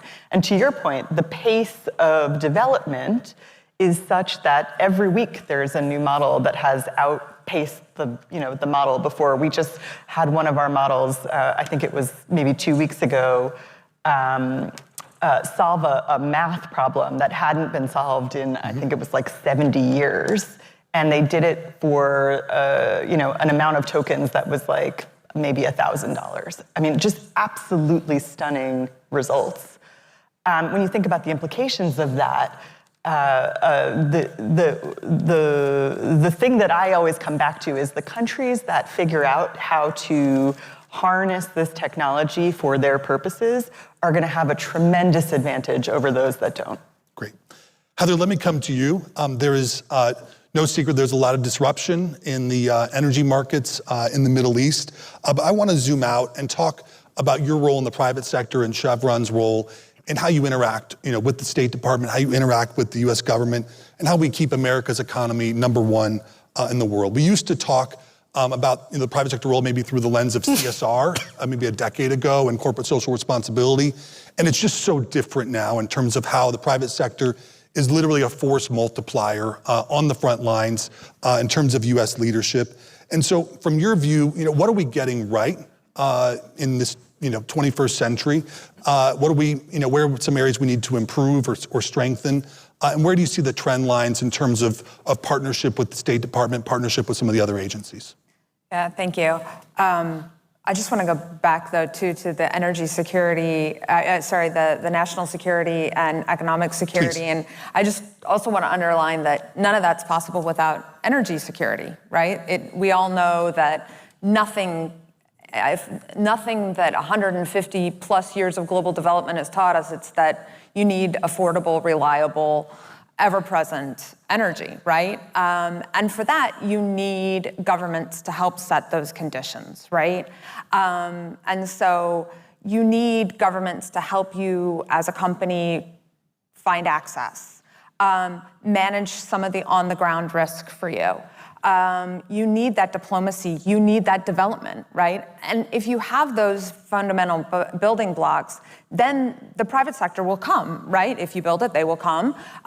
In this case, if you create the conditions, investment follows, right? And so we need that partnership. And I have to say, I'm so thrilled with this administration because they have proven over and over again to really understand that they are the fundamental building blocks and that they need to be partners with the private sector in order to create these conditions. And so I think when you ask, what do we need? We need access, right? We need to level the playing field. This administration really understands that fundamentally and has been doing a great job. And then we need development partnerships, right? We need stable workforces. We need healthy workforces. And I think the current news shows why that's still an ongoing concern around the world, right? We need health systems that are going to create healthy work populations. We need economies that are going to buy our products, right? And then finally, we really need stability, right? In terms of investments, in terms of commercial contracts, all of that. We can't do that as a private sector, right? That's where the government comes in. Sam, let me come back to you and really get into the strategic competition that we're in, largely with China, but also certainly other players, Russia, other rivals. And you started to talk about the work you do at USTDA. But I actually think USTDA is maybe one of the best kept secrets in Washington. I'm going to get the number. I want to get the number right. But for every dollar that you all invest, it returns $226 in terms of U.S. exports. And that's beyond crazy in terms of ROI. And so I want to hear, what are partner countries where you all are on the front lines, what do they actually need? What do they actually want from partners like the United States? What do they want from China? What do they maybe want from Russia? And you started to talk about it, but want to go a little deeper of, what is our strategic advantage that we're bringing to the table? And how does that connect back to small businesses and back to American companies in terms of creating jobs? Yes, there's a lot of questions in there buried. Go for it. Which one should I start with? Well, once you start with, to answer the ones you you get to pick. But what are countries looking for? Yes. What do they want from partnerships with the United States? Yes. So we make grants to both public grantees, foreign country governments, national, subnational, otherwise, as well as private sector companies that are trying to do projects in developing and middle-income countries. To be very blunt, and I have about a third of my career was in the private sector, they're looking for money. Mm-hmm. Because early project preparation money for pre-feasibility, feasibility, conceptual design, 30% design, front-end engineering and design, those things are risky because you do feasibilities to figure out whether something should or shouldn't go. And if you can get some grants into that, then your rate of return dramatically increases. So they're looking for money, but they're also looking for a couple other things. The reason they come to us is because we are the US government or a part of it. And when the US government engages, they feel comfortable. Mm-hmm. They feel like there's a trusted partner. And then finally, we bring still top quality innovation. AI is one area. Whenever there's data-related work or cybersecurity related work. If it's a civil construction in West Africa for a power plant, US companies are not competitive, nor, in my view, should they be. That may not be the right projects for US companies. But if we're talking about, say, full stack development that has, and my son just began studying computer engineering, so he's been teaching me all these terms, like front end, back end, SQL database. What's kind of interesting in here is, and I'm going to come back to Heather's point, when I heard full stack, I didn't know what my son was talking about. But then my mind actually went to, hey son, it's not just that. You need data centers, and you need energy, and you need undersea cable. There's a stack that goes beyond your full stack to make this work. And that's the kind of thing that US can bring, and TDA is part of that. So that's one. I will speak about the small business a little bit, just to wrap my point. I learned today, as I was learning about talking points for this talk, that we actually work with small businesses in 380 communities in the US. And that's jobs back in the US. And TDA straddles that interesting line between development, export that leads to jobs. So that's where we think we can add value. If you could share, I remember you had shared with me before that when you all are working with a particular country, you don't have to name the country, but the country's like, if you will do a deal with us, we'll tear up this agreement we have with China. Yeah. Why are they so hungry to want to work with us instead of Beijing? I think there's two elements to it. One, we do bring better, more reliable, sometimes more advanced technology. So in telecommunications, we've seen that. Two, and I'm going to go back to the first point I made in my first talk.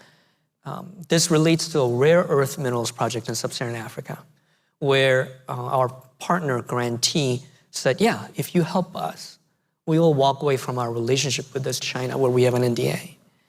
And that's because... They told you about the NDA? Yeah.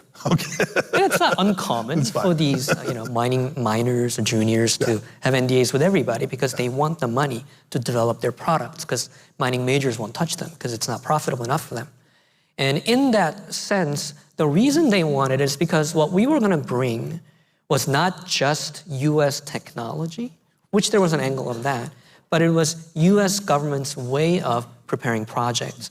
We were going to help them formalize or bring into formal economy informal artisanal miners, for example.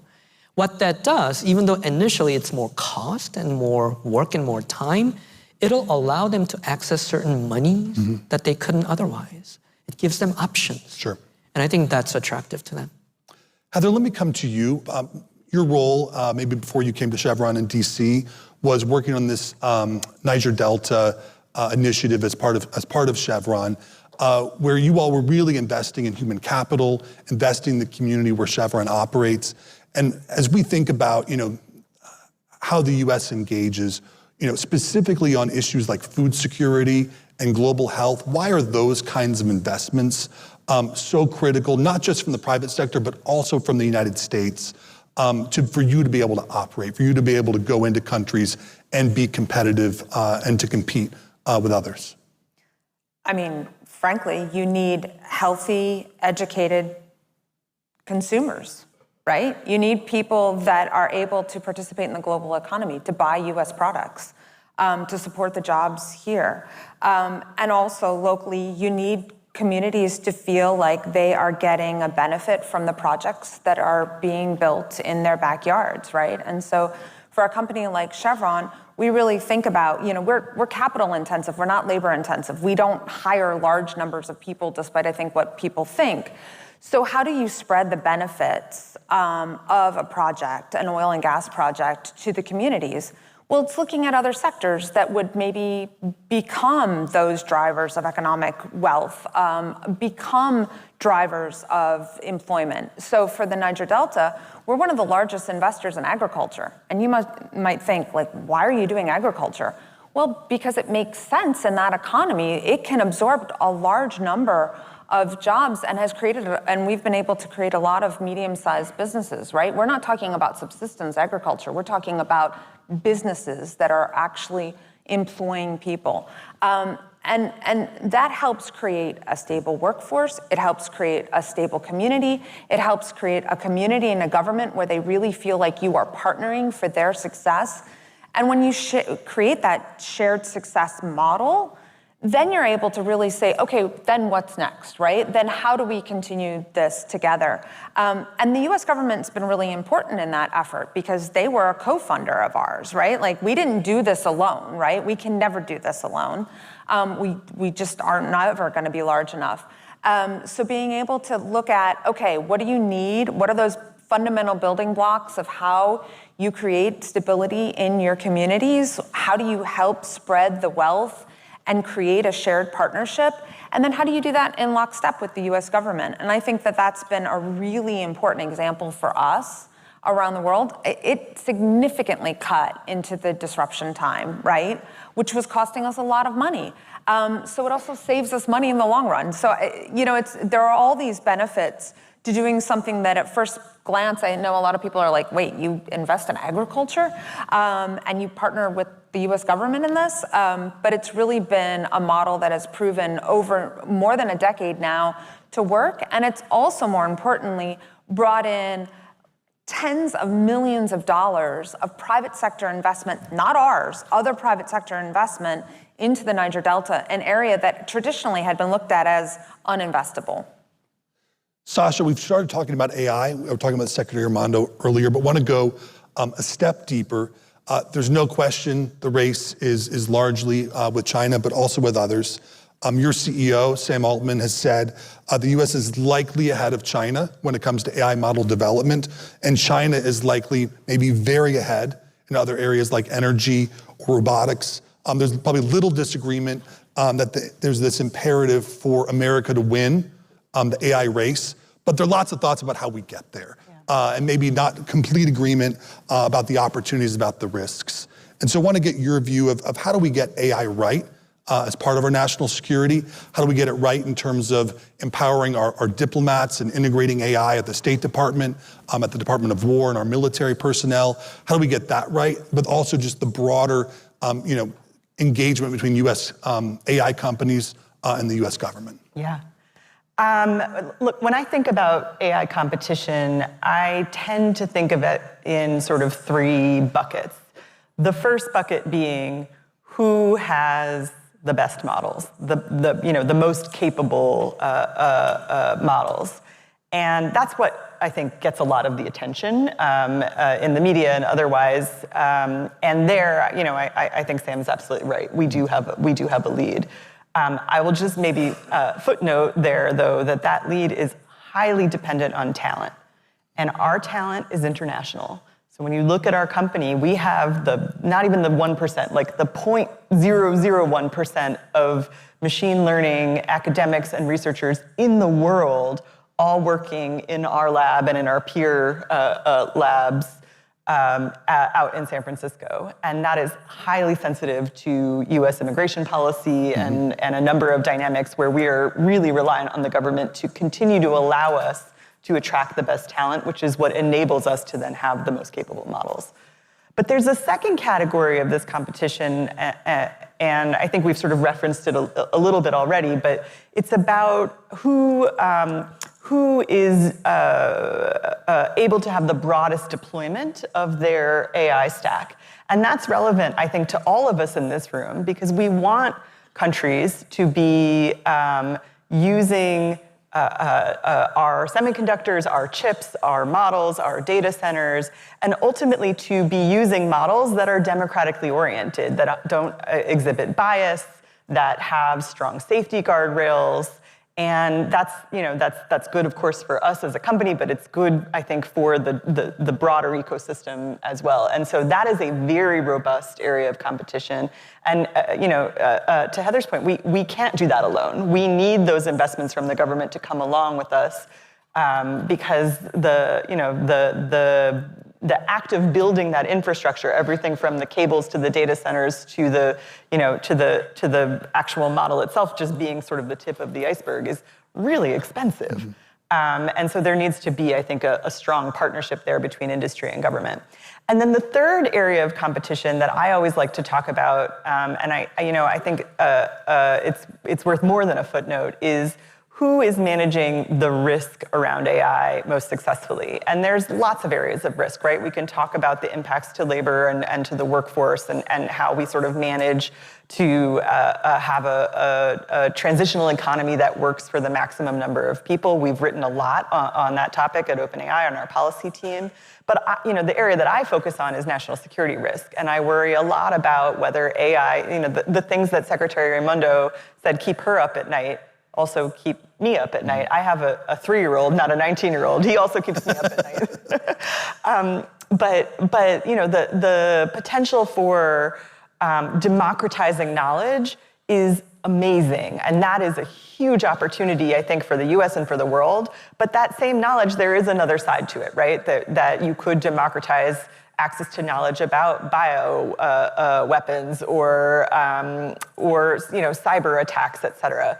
And so it's really incumbent on us as a company to make sure that we're putting in place what we call our safety stack that prevents against those kinds of those kinds of opportunities. And again, this is an area where we partner really closely with the government because we have the world-leading experts on how to elicit capabilities from the models, but they don't know anything about terrorism or chemical warfare or, pick your scary topic. And so we need that threat intelligence from the government side to help us know what we should even be protecting against. And I spend a lot of my time working on that. But to your point, I said this earlier, I think the countries that are successful in integrating AI capabilities into their workflows and really transforming how they do business, whether that's at the Department of State, and we've worked with the State Department on, they have a ambassador bot that they've created that basically allows for locally employed staff to practice briefing their ambassador based on that ambassador's particular style and preferences in advance of the meeting with the ambassador, because this is like a pain point for a lot of embassies where the local staff, I think, is very concerned about getting it right, and you often have new ambassadors coming in, they have to learn new styles. So they've created basically a model on top of ChatGPT that allows for those kinds of practice opportunities, which I think is super cool. We're working famously, this was on the front page of every newspaper, with the Department of War. We're really excited about the opportunity space there and the idea that we can do more to enable the men and women of our military to protect themselves and come home safely. And that's something that has driven a huge chunk of my career. And then we're also working in the humanitarian space. And here, we have a partnership with the Gates Foundation where we are working to enable, by 2028, 1,000 clinics in Africa, primarily in Rwanda, that are AI enabled. Not that there's no need anymore for medical professionals, of course there is, but to allow those professionals to reach a greater scale of the population via our tools. So there's, I think, a lot of really exciting stuff happening, but I think you're hearing from all of us, it has to be integrated between industry and government. Great. I want to shift gears. It's still in the AI space, but really focus for a moment on critical minerals and the race, the strategic competition to access these critical minerals. We've been putting a spotlight as USGLC on how is international assistance, a critical part of America's critical mineral strategy. How do these investments help accelerate our access to critical minerals? And Sam, I want to come back to you, and Liz mentioned at the beginning of today, the libido corridor. Could you help us be smart and just break down, what is the libido corridor? How are we engaging? How are we investing to help accelerate access to critical minerals, but also these wraparound investments in health, in food security, that are really critical to ensuring our success and our ability to win? If we can pull up the Google map, and if you picture the continent of Africa, you start from, say, Zambia, then go out to DRC, to Angola. That's your libido corridor. It's in that area. We talk about Sahel region. That's the libido corridor. And you started out with critical minerals. That's because in those parts are significant deposits of certain critical minerals and a subset of rare earth elements, which are also very difficult to get at a reasonable price. And U.S. government has made that a priority. And then U.S. government is investing in transport infrastructure, energy infrastructure, critical minerals infrastructure, so that those deposits can come out and then go to the places where they're needed, while also developing and helping develop those countries. So that's the biggest picture. For TDA, we are everywhere. We were involved in the rail development. We are involved in critical minerals projects in, say, Zambia. We have a pipeline right now of about 9 critical minerals projects, 7 of which are focused in sub-Saharan Africa. Now that is strictly the doings of this administration in the sense that we weren't as focused, but it has become very clear that that's where the White House wants us to focus. And we've been focusing, and we believe there will be a series of projects that'll come out of it that's going to strengthen U.S. ability and security over these valuable deposits. And then in addition, we do related investments there. There's energy infrastructure that we're looking at. and there's port security infrastructure, so that when these goods and services move through that corridor to the ports on the Atlantic coast of Africa, there's right infrastructure to send it to where it's needed. So those are the ways in which USTDA is engaging. Great. Sasha, let me come back to you. And part of the race on critical minerals is not just so we share in these resources in partner countries, but these partner countries are also potential customers for the full American tech stack. And would love to hear from you just where is OpenAI engaged in Indo-Pacific, in Africa and Latin America, in helping to enable AI for how these countries are operating. We think about, maybe a decade ago, the idea of leapfrogging, that countries would, they're not doing landlines, they're not doing a grid, they're going straight to solar, they're going straight to 5G. Are we seeing leapfrogging in the AI space of how countries are accelerating forward, and how is OpenAI part of that equation as we think about these partner countries, particularly ones with critical minerals? Yeah, well, I mean, I think the short answer is we're in all of those places that you just described. And we have an initiative as a company that we call OpenAI for Countries.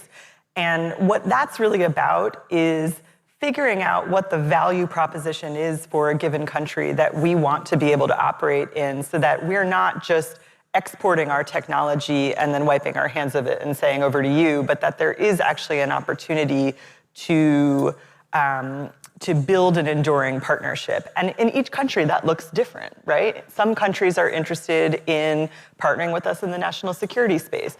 Other countries, we just announced, actually, I think it was earlier this week or maybe last week, that we, as part of our OpenAI for Countries for Malta, have given ChatGPT accounts to every citizen of Malta. It turns out there are not that many people who are citizens of Malta, so it's less expensive maybe. But we're looking to try to enable government's priorities on behalf of the people that they represent, and that is really critical to us, and it's a key pillar of our efforts. And it is the case, I think, that AI can allow countries, particularly in the global south, in the developing world, to leapfrog generations of technology and get ahead in a way that might not have been possible before you had this technology that really does have a democratizing impact in terms of allowing anyone in the world with a connection to the internet to have access to all of the knowledge that exists. Great. Want to wrap up here with just one final quick question for each of you. Sam, one of the coolest things that USTDA does are these reverse trade missions. And we've got a lot of small business and small business leaders here in the room. Unpack what you guys do. How does it work? And how does it help us win and compete in ways that we may not realize? In a trade mission, you bring US solutions to the country.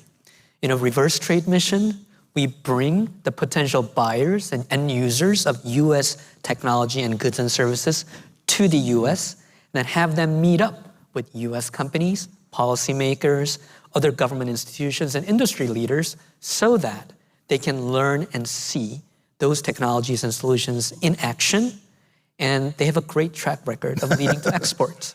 So that's what we do. Very cool. Sasha and Heather, let me come to you both. Just want to get your big picture takeaway from this conversation, the conversation with Secretary Raimondo. You all have tens of thousands of employees in the United States. You have millions of customers that buy your products. Why is it, in your view, maybe in a personal way, just so critical that America is out there, that Team USA is out there to ensure that we win and that your companies are successful and that we deliver jobs back here at home? Sasha, I'll go to you and then to you, Heather. Sure. Well, first of all, we actually don't have tens of thousands of employees. I'm wrong, okay. You might believe, we get kind of referenced in the same sense as Google and Microsoft and all of the big guys, but we're actually still quite small in terms of numbers. Having said that, we are an American company, a very proudly American company, and from Sam Altman on down, we've been very clear about that. And so when we show up in the world, we're showing up as an American company. And so everything that's happening geopolitically in the world then has an implication for us as a business. And we get that feedback from governments and from enterprise customers around the world, that they are watching where America is going with technology and reacting to that, and that has an impact on our business. And so that is why it's all the more critical that we work together with the government to shape what that environment looks like. Great. Heather, last word. So if you go to national security is economic security. Economic security needs energy security. The U.S. Oil and gas industry employs 10 to 11 million Americans every day. We spend billions and billions of dollars with our supply chain, and that is going to small manufacturers, that's going to small businesses, that's going to companies all across the great United States. You can't do any of that, right, without the partnership of the U.S. government, right? The U.S. government's going to create the access, they're going to create the conditions through their diplomacy, through their development, through the programs like Sam has been talking about. And that enables all of us to win, right? And that means that America is stronger, and it means that the world ultimately gets stronger.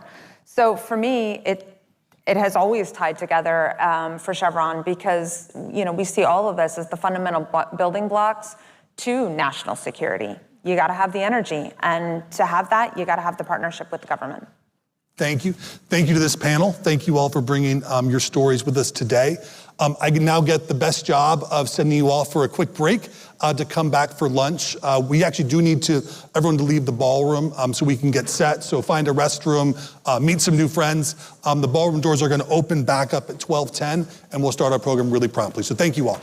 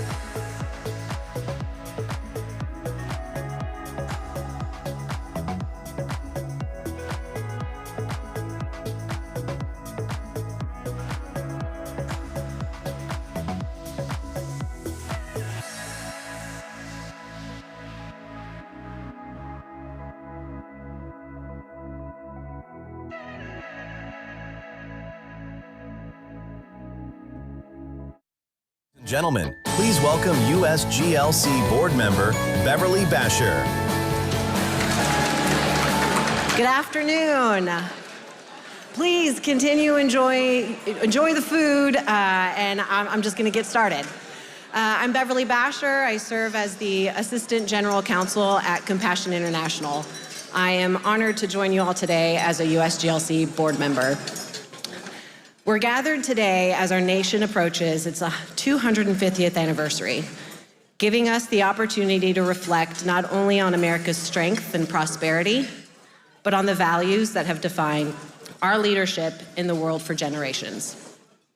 From life-saving initiatives like PEPFAR and the President's Malaria Initiative to long-standing food security programs like Food for Peace, America's engagement abroad has saved lives, strengthened communities, and advanced our own security and prosperity here at home. Today is both the celebration of America's legacy and a conversation about how we continue leading with purpose, compassion, and strength for generations to come. Joining us for this milestone conversation are David Beasley, who served the state of South Carolina as its 113th governor before leading the World Food Program from 2017 to 2023.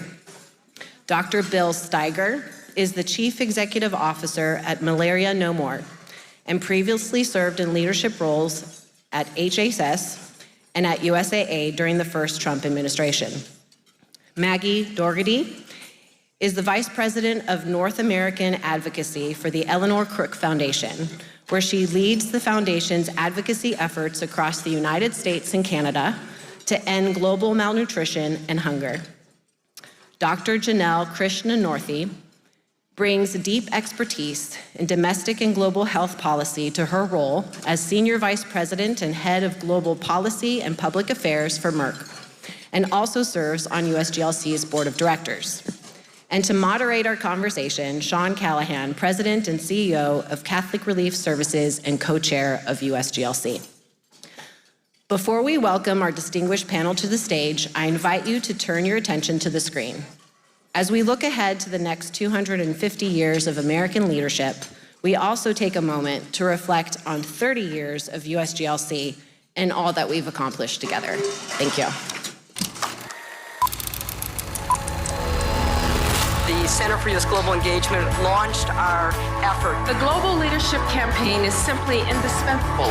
Promoting global stability, saving lives, opening markets, investing in people, creating jobs. Driving the discussion about development and diplomacy. A critical space in the foreign policy arena. The full strength of America. I feel much safer for my grandchildren if the leading country in the world is called the United States of America. You bring together the private sector, the defense community, the diplomacy and the development communities, the faith and volunteerism and service communities. We were bipartisan even before it was cool. While you may be strange bedfellows, the world is a much better place with your support. And I don't think you have ever been more important. This is in America's best interest. It makes us safer, and it develops markets for American products. The biggest mistake of all for America is to withdraw. Ask anyone in the military. 30 years in the Air Force.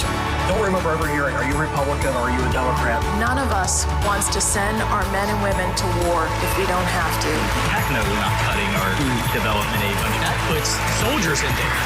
It didn't surprise me in the least to see a lot of other retired generals and flags come into this organization. Like-minded individuals who realize that the military can't go it alone. It takes a lot to get me back to Washington. I know, and you know what? And PEPFAR is it. Let's talk about this U.S. Global Leadership Coalition. The U.S. Global Leadership Coalition, which advocates for strong U.S. global leadership. Unrest and poverty, thousands of miles away, can actually have a direct impact on lives right here in Utah. Trade supports 1.4 million jobs in Pennsylvania. The U.S. Global Leadership Coalition. Heartland Summit happened today in Sioux City. Allegheny County. Northeast Florida. Central Oklahoma. Leaders in foreign policy and global affairs joined together for a summit today in Wilmington. In Louisville yesterday. Today in Kalamazoo. 125 political, business, and community leaders, all working towards diplomacy policies that keep America a global leader. This isn't charity. This is jobs in South Georgia. What USGLC has done for years and is doing in this moment is so critical. We use you every way we can on the Hill for our common goals. You all are the face of America. You were one of the first groups that we reached out to. America First is not America alone, and certainly not isolationism. Because there are billions of people that are counting on America being America. We can use U.S. innovation to solve these problems. And I'm a USGLC Next-gen global leader. We are farmers for prosperity. I'm a veteran for smart power. I'm a veteran for smart power. If we want a better future for our kids and grandkids, American retreat is not an option. Because when America leads, the world is safer, freedom is stronger, and the future is brighter.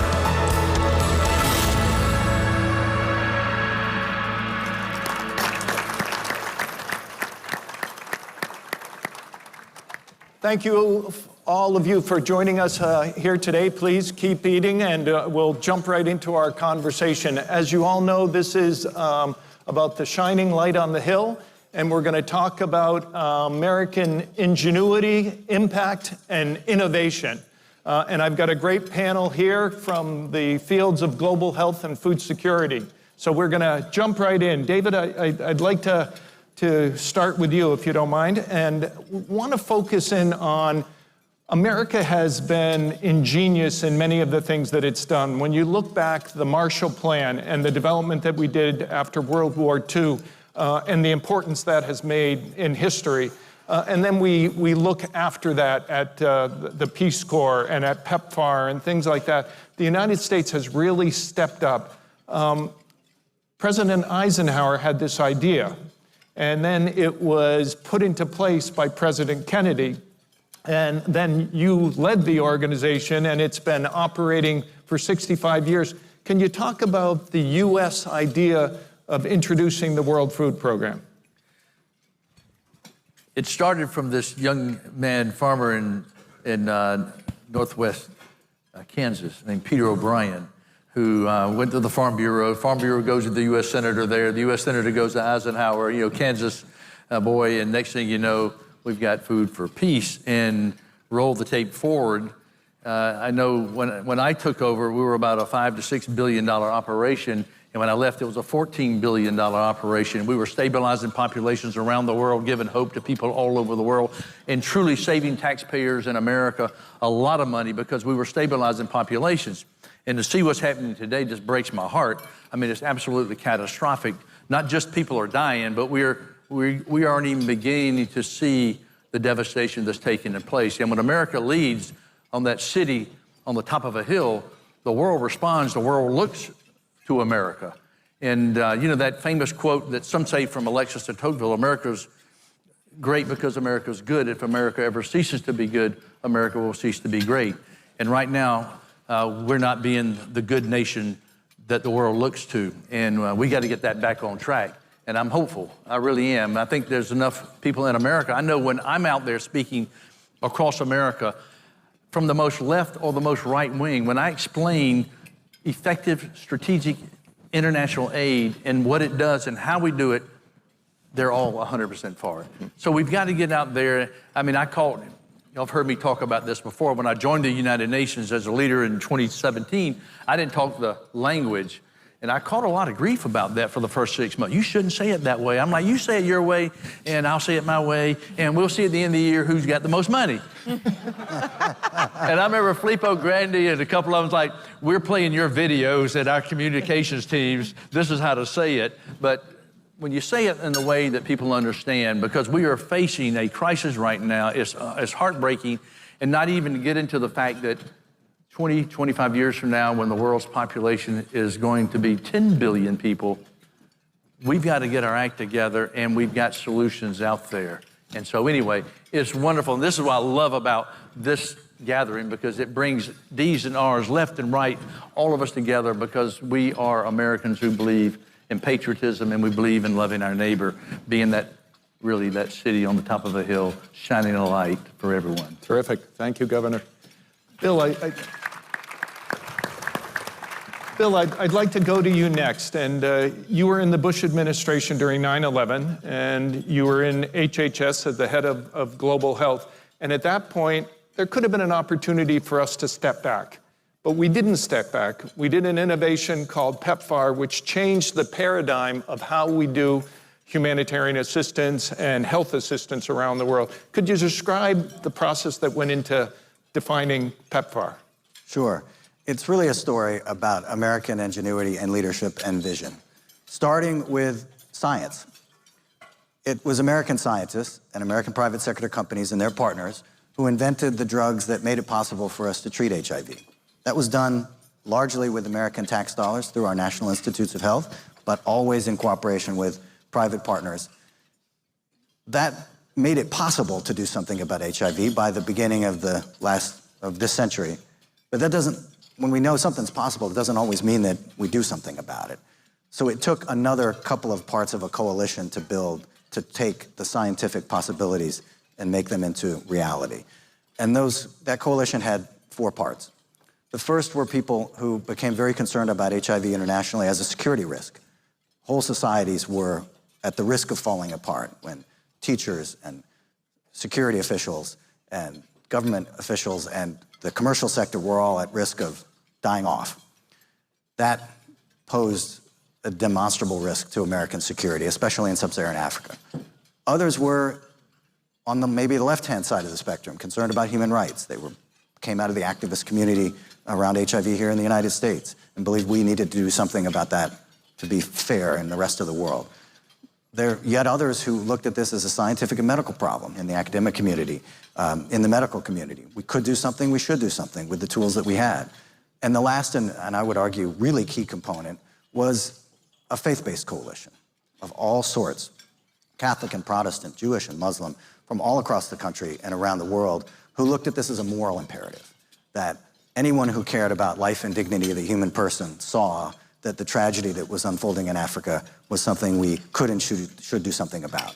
That coalition allowed the president to take the tools and technology we had and apply them in a way and at a scale that had never been thought possible before. And it's now been documented that over 26 million lives have been saved because of the President's Emergency Program for AIDS Relief. That's right. It's an incredible achievement.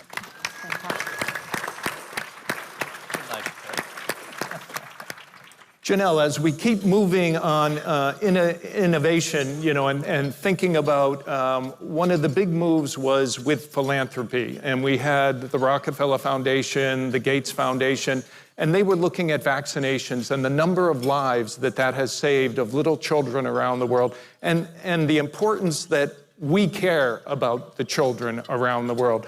Merck was one of the private partners in that President Clinton called up at the time when Gavi was being formed. Can you talk a little bit about the ingenuity in forming Gavi and how Merck has played a role in that? Absolutely. Thank you, Sean. And I just want to say thank you to all of you, because we're going to need you. So just please eat up, power up. And, as Merck, it's really hard to develop those medicines and vaccines. We hope, every 10 years we're coming up with one, but that's really only the first step. If people are not getting access to these medicines and vaccines, then so what, right? And Gavi, when we got the call, we wanted to be a founding member because they are ensuring access and preventing infectious disease, preventing deaths, and we wanted to be part of that. And so we have been partnering with them over the years, and they have shown that for America and U.S. companies, that we can be true leaders, as Bill and the governor is saying, and that is helping as we're looking at an Ebola outbreak right now, ensuring those infectious diseases are not coming to America, ensuring our economic prosperity, and then also ensuring health security. As you may hear, I'm heartened, but Congress did appropriate money for Gavi, but it's been hung up for right now. And so the money is not getting to Gavi to be able to deliver access to those vaccines. So really pleased that because of a lot of your advocacy and USGLC, that there are conversations with the Hill and with the administration, but we're not there yet. And so I'm looking forward to hearing how your impactful conversations occur tomorrow. Great, thank you, thank you. Maggie, now to you. You've served in Congress, you've been a member of the Trump administration, now you're in philanthropy, and I understand you're getting married soon as well. Yes. Surprise, everyone. And Maggie also worked for who was then Senator Marco Rubio as a staff member. So I expected someone who was going to be very old, and she's still only 25 and done so many things with her life. No. Maggie, you talk about when you were in Congress and some of the ingenuity that occurred, the Water Act for the world, Girls Count Act, Electrify Africa, the global food security. There have been many things that are made in America. Can you say what the top 2 or 3 made in America programs that you think have lasting impact? Yes, thank you so much. And thank you for mentioning the Girls Count Act, because that was actually the first law that I worked on and passed with Senator Rubio. So really excited to talk about initiatives. And I think it's so amazing what all of you are doing, because my time in the Senate, bipartisanship is the most important part, and that's what makes things lasting. And so you can have an initiative on the left or the right, but you need to have buy-in from both parties in order for things to go forward. And so all of the laws that you listed, that's how it starts in the beginning and grows. And that way, administrations come and go, but these laws, most of the time, some of them have expiration dates, last forever. One of the initiatives that is bipartisan and the Eleanor Crook Foundation has been working on and Congress has been supporting has to do with prenatal vitamins. In particular, there's a prenatal vitamin, I brought props, multiple micronutrient supplement. It's a mouthful, so we call it MMS for short. And so as Americans, most of us are familiar with prenatal vitamins, but much of the world does not have access to prenatal vitamins, or specifically this prenatal vitamin, which is made in the United States. There is a factory in New York, and it's actually supported by an American philanthropist, the Kirk Family Foundation. And by their support, they've saved, with these prenatal vitamins, MMS, over 75 million women around the world. And why are prenatal, thank you. And why are prenatal vitamins so important? It's because without prenatal vitamins, women that do not have proper health care, do not have proper access to food, prenatal vitamins prevent stunting, small births, stillbirths. And so these are one of the innovations that is made in America, supported by Americans, and saving lives all around the world.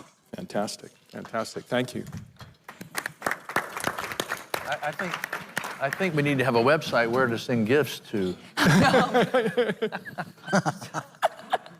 For the wedding.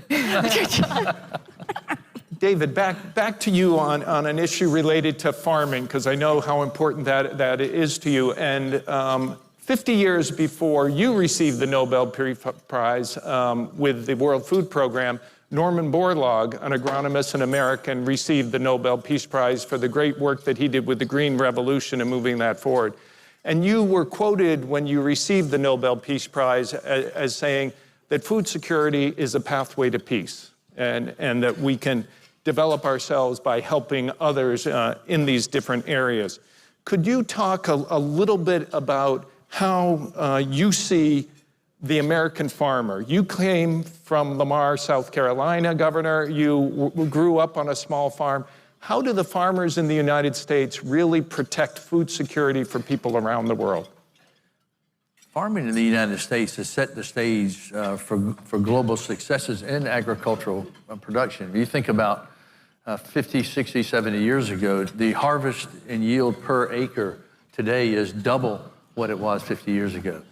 And so that's the American farmer, the ingenuity, all the research that's taking place. And I do believe AI AI is an exciting moment in world history. As I said in a commencement address I gave last week, it's like, we're gonna be able to get so much higher quality furniture for the house, much less cost, but the house burns down. It's scary as hell. But the seeds, the fertilizers that are going to be coming on the scene, and the rate by which we can produce new seeds that produce better, effective in dry conditions and all these other factors, it really is exciting. When I think about 200 years ago, when the world population was 1.1 billion, 85 to 95% of the people on planet Earth were in extreme poverty. So today it's less than 9%. So look how far we've come.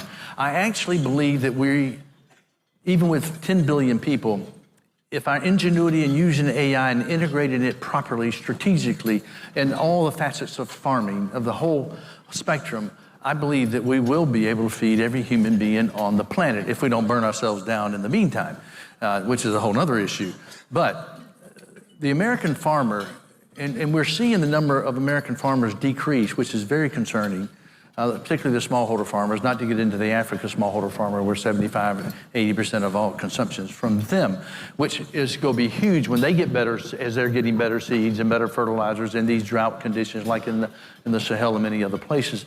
But the American farmer, I mean, that's the heartbeat of America. And of course, they're struggling right now, which is a whole other issue in itself. And I'm very, very concerned. And I know Dan is concerned about the American farmer right now, what we're facing. But we cannot turn our back on the American farmer and the research that's critical to the future of our planet.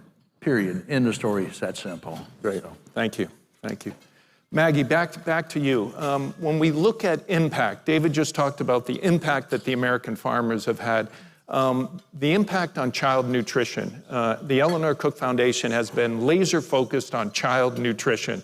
And they have this strangely named substance that some people sometimes call plumpy nut, but others call it RUTF. Could you tell us what is this impactful innovation?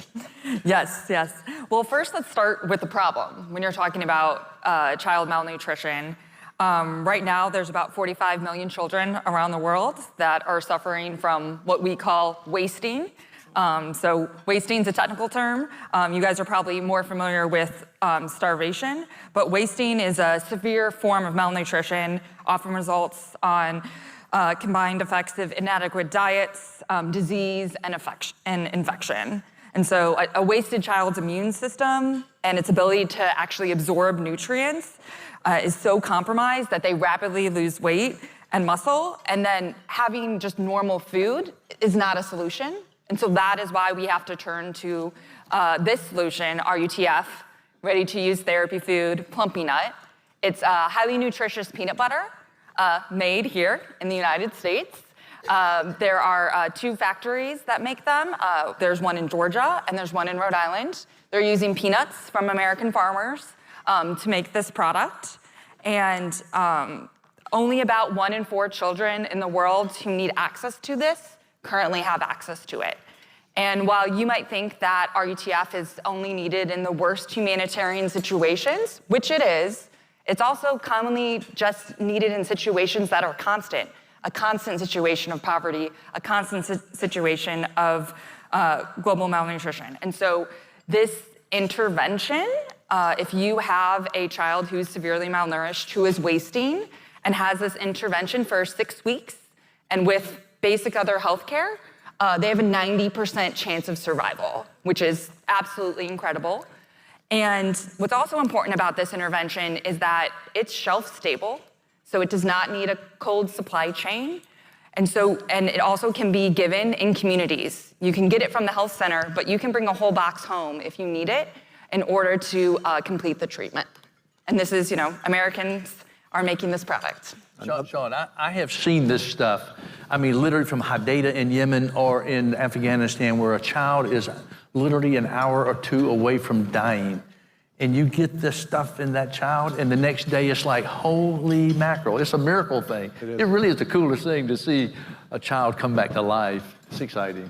That's fantastic. Maybe, Bill, going to you and following up, we talked about, PEPFAR, and it seems like everything you do turns to gold here, because we're going on to the Global Fund. And with the Bush administration, you also were a senior advisor to the Global Fund. The Global Fund is an international organization that addresses HIV, AIDS, malaria, and tuberculosis. And you were in the hot seat there. And the Global Fund has saved over 70 million lives in those 3 different areas around the world. Could you talk to us about the impact that the Global Fund has had, and also how the Global Fund has adapted and how it responded to the COVID crisis, and how it's possible that it could also help us with the Ebola crisis now? Absolutely. So The Global Fund is also an American innovation. It only exists because of the United States. It exists because of President Bush and bipartisan support from Congress and the same coalition I described that helped to support and make PEPFAR a reality. And it's created in an American image. It's a public-private partnership. It's not, with all due respect, a UN agency, although the WFP is probably the least UN agency that there is in the United Nations, but it is a coalition that involves the private sector, including representatives of companies, civil society, and governments, all together working in unison to one goal, which is to rid the planet of these particular three major killer diseases, HIV, TB, and malaria. And it does so by pooling resources from around the world, from both public and private donors, in a very specific way. It doesn't just give out blank checks. It gives grants that reflect the input of similar coalitions of public-private partners on the ground who agree that certain interventions are what they need in a given country. And there's accountability and transparency for that funding. So they're supposed to hit specific targets, much like the Gavi model, as a matter of fact, to do specific things over a 3-year period or cycle. The United States is not responsible for all of that. We can give, according to our law, a maximum of 1/3 of the money at any given time, which means that any dollar the United States puts into the Global Fund leverages $2 from somebody else. It's a great bargain for the United States. And it complements what we do on a bilateral government basis, as well as the efforts of enormous numbers of charities and faith-based organizations and non-governmental organizations around the world who are investing their own dollars, often your dollars, alongside it. So it's a coalition of the willing, a coalition focused on accountability and results. And what's happened, as you noted, over time, is the fund has been very adaptable. So during COVID, it began to shift some of its funding to help invest in some of the tools that were most necessary at the time, based on the platform it had helped to build with PEPFAR and the President's Malaria Initiative, to help people who are coming in with respiratory illnesses, things like oxygen plants. You might take it for granted, I did, that every hospital has oxygen. That's not true in the developing world. So the fund began to use its power of purchase and distribution to help hospitals in places like Kenya, where I just was, produce oxygen, medical-grade oxygen, for the first time to keep people alive. And now under Ebola, also in that part of Congo and Uganda where Ebola is coming from, the reason we know about this outbreak and the reason we're able to do something about it as an international community is largely because of the investments of the United States, both on a bilateral basis, through the Global Fund, the healthcare clinics, the infrastructure of the cadre of medical workers, including community health workers, the tests that are out there, and in fact, because of the World Food Program. A lot of people don't know, except you, of course, that the World Food Program runs the largest humanitarian airlift and sea lift service in the world, and the reason we're getting samples out is because WFP planes are flying them out from Congo. That's all because the United States decided that this kind of investment was worth our while for our own security, for moral purposes, and because it matters to economic growth, agriculture, investment in things like critical minerals that you heard about on the last panel. So the fund is a great investment, Gavi is a great investment, and reflects the essential compassion and smart power sense of the American people. And I understand as well that the Global Fund really stewards its resources, that it's very careful on how it's implemented and where those dollars go. Correct. Very low overhead, which is also true of the World Food Program, as a matter of fact. And it does not spend on infrastructure. It does not have a network of country offices. It does not have a huge network of bureaucrats on the ground or partnerships where there's a large amount of overhead. It's very lean compared to many equivalent international programs.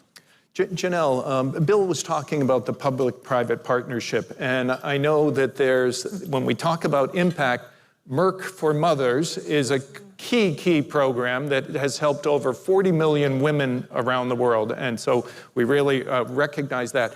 As you look at those type of investments, though, can the private sector do it by itself, or why do we need the U.S. government to get involved, and how is that helpful in stimulating the market and reaching those people that need to be reached?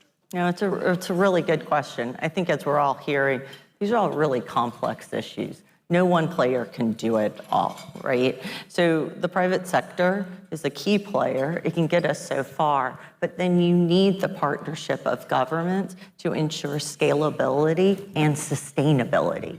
You need, like with Merck for Mothers, we had gotten so far in reducing motherhood mortality, but unless we had the partnership, and here, obviously in the US, we have a big issue with motherhood mortality at birth during, in the South, is partnering with state, local, and national governments so that they are changing the policies and the funding, and also, most importantly, the knowledge transfer for the sustainability of these programs. I can say one of the programs we have in Botswana through the African Comprehensive HIV/AIDS Partnership, we came together with the Gates Foundation and the government of Botswana to lead a nationwide HIV treatment program in Africa. However, thanks to the US government and the leadership of PEPFAR, that these learnings were able to take to scale, and then we were able to drive a response that has saved over 26 million lives. And that's something, right? Like that's real. And so we've also done that through Merck Through Mothers in Nigeria. And again, with the US government and national governments coming together with public-private partnerships, those programs are still occurring now. And I think of it as I was a relay runner in track. It's passing the baton, right? And you may start here, then you may both hold that baton, and then you're gonna pass it to that own government who's then going to sustain it and work together. And I think that's the future. And as Bill said, this is a part of American values and who we are as people. And it also helps our own economic prosperity, because in many of these cases, we are manufacturing, building these vaccines. These are jobs, and they're happening right here in the US. So this partnership is crucial. Thank you, thank you. The fact that the impact is actually saving lives is so crucial. Bill, going back to you, recently, Malaria No More, the State Department, SC Johnson, and the Global Fund got together and talked about and are putting into place some aerial special sprays that keep mosquitoes away. As an organization that has delivered a lot of insecticide-treated mosquito nets, what is this new technology and how does this innovation help people around the world? And maybe even some people here who don't like mosquitoes either. Well, I'm glad you asked, because I happen to have one. How about that? Maggie and I planned with the probs. This is something called the Guardian from SC Johnson & Son, a great Wisconsin company, that in an area of 15 meters square will repel mosquitoes for 1 year. And next year, we think, thanks to this investment by the US government and the Global Fund and the company, there will be a version that will repel mosquitoes for 2 years. And it doesn't even buzz like those lights. buzz. It goes, absolutely. Yeah. Makes no noise. You just hang it on the wall, hang it from the ceiling. And the insecticide here that's impregnated in the mesh begins on a time-release basis just to emanate out into the atmosphere, and mosquitoes don't like it.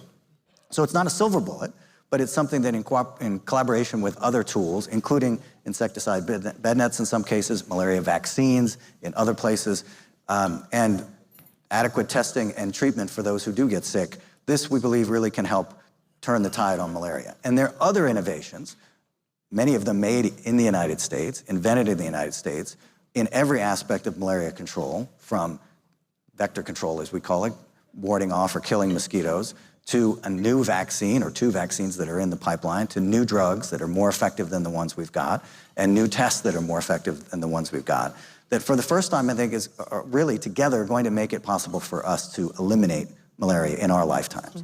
So people asking me if I'm optimistic, even though malaria kills about 650,000 people around the world, there are 260 million cases in a year. Most of those deaths, unfortunately, are moms and babies, and this intersects definitively with malnutrition, because a malnourished mom or child is more vulnerable to malaria, and a woman or child with malaria is more vulnerable to malnutrition. But these tools that we've got, as I say, many of them American-made, actually are answering all of the problems that malaria presents to us. And that, to me, is exactly the story that we're telling today, which is how American leadership is indispensable to changing the world for the better. And this innovation fits in with the America First health policy of the current administration in promoting American products that help people around the world. Exactly. So an American company doing the right thing around the world that both provides economic benefit here in the United States and saves lives around the world. Maggie, you talked already about some of the innovations that you've demonstrated with the prenatal, postnatal vitamins, with the RUT ethanol. When you look at Eleanor Cook Foundation, when you look to the future in nutrition, what do you see as one of the new innovations that we should all know about? Yeah, I would actually say we have the solutions right here. The innovation is actually the public-private partnerships. Because like I said, 1 in 4 kids aren't receiving this when they need it. So we need to work, and the Eleanor Cook Foundation, along with other family philanthropies and private sector, are working on a public-private partnership specifically to ensure that these solutions can be delivered at large scale. Right now, when it comes to RUTF, because it's viewed as an emergency humanitarian situation, as you know too well from WFP, you're funding at 3 months at a time. And when it comes to producing this product, getting into the field, like if you only have a 3-month budget, you're not funding a lot of it. You're not keeping the surplus. And so actually having a steady streamline of funding dedicated for these interventions, and then also ensuring that there are the logistics, supply chains, the mappings to making sure that these interventions reach the ones who need it. And that starts with American innovation, America philanthropy, and the US government all working together. Fantastic, fantastic. Janelle, coming to you, we've heard in some of the earlier panels about AI, and in health and food, where do we see AI, particularly in the pharmaceutical industry? How is it helping you develop either new drugs, new treatments, or new ways of approaching the needs in the world? Yeah, we talk a lot about, and it's fantastic, AI is right now helping us identify the most important clinical trials and move from research to actually breakthroughs in new medicines and vaccines. But it's really much more than that in how it's helping us in the labs. It again goes back to access. I think as many of us know, these are very complex healthcare systems. And as an individual is navigating a complex healthcare system that may have HIV/AIDS, how do they get the right drug at the right time and navigating that? And how does the AI assist the healthcare professional that is working with that individual? So it's really exciting how we can use AI to shorten the time of making real impact from innovation to actually access. And as you were talking about, Bill, on malaria, we truly do believe we can go from controlling malaria to eliminating malaria. We have novel assets in our pipeline where we're looking at long-acting treatment and prevention. And so again, it's coming together, harnessing AI, public-private partnerships, amazing technology that we're hearing about now that we can make a global impact. Terrific. David, you and I have both traveled throughout the Sahel, and climate conditions in some places just aren't real favorable to agriculture. How do you see innovations as helping that with things such as drought-resistant seeds or other activities or products that might help people in these very difficult areas? Well, it's a multifaceted approach. For example, whether you're talking about Mali, Burkina Faso, Niger, Chad, in these areas, I mean, we're using what I would call, 15th, 16th century approaches, and a lot of that doing half moons and zaids and things like that. But not complicate, but add to that better seeds and better fertilizers and things like that. It's going to be quite remarkable. And I also think, particularly with AI analysis of satellite imagery and to see what's coming and how do we prepare in advance. I know with the new technology that we were using AI, we could see what was about to happen. Of course, you got El Nino and yada, and that's a whole other story. What's happening in the next 24 months is very, very serious stuff. if you can see in advance and then you can prepare in advance, and the cost of reaction versus the cost of going in advance is substantially different, saves literally hundreds of millions of dollars when you do it right. And this is one of the areas I think with AI, we're going to be able to take advantage in so many multifaceted ways that's going to really improve conditions for a lot of people all over the world. But having said that, still in these very, very poverty-stricken areas, they're struggling now beyond anything we've seen. And with the cutbacks, it's devastating, the stunting, the wasting that's taking place. And unfortunately, the media is just not covering it. And it just breaks my heart. And so I think it's bright runway ahead of us, but we got to get there. And so many children are going to die in the meantime. And that's why I say don't throw the baby out with the bathwater. The way we've transitioned in the last couple of years is it's just catastrophic, totally unnecessary. But anyway, don't let me get started on that. No, well, thank you. And I appreciate your passion, because these are passionate issues. Maybe Janelle, just as we come to the close here, tell us, if we were to come back, the U.S. is now 250 years old as a democracy, and there's a lot to celebrate, and we've heard a lot about the ingenuity. What gives you hope, and what do you hope that people here and our children would bring forward into the future?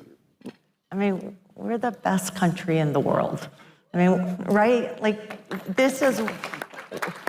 We have dealt with challenges and bumps in the road, but it's us who, put on our chin straps. We come up with the best science, the best evidence base. We have the best worker. We can do this. And right now, I feel like we all have a responsibility.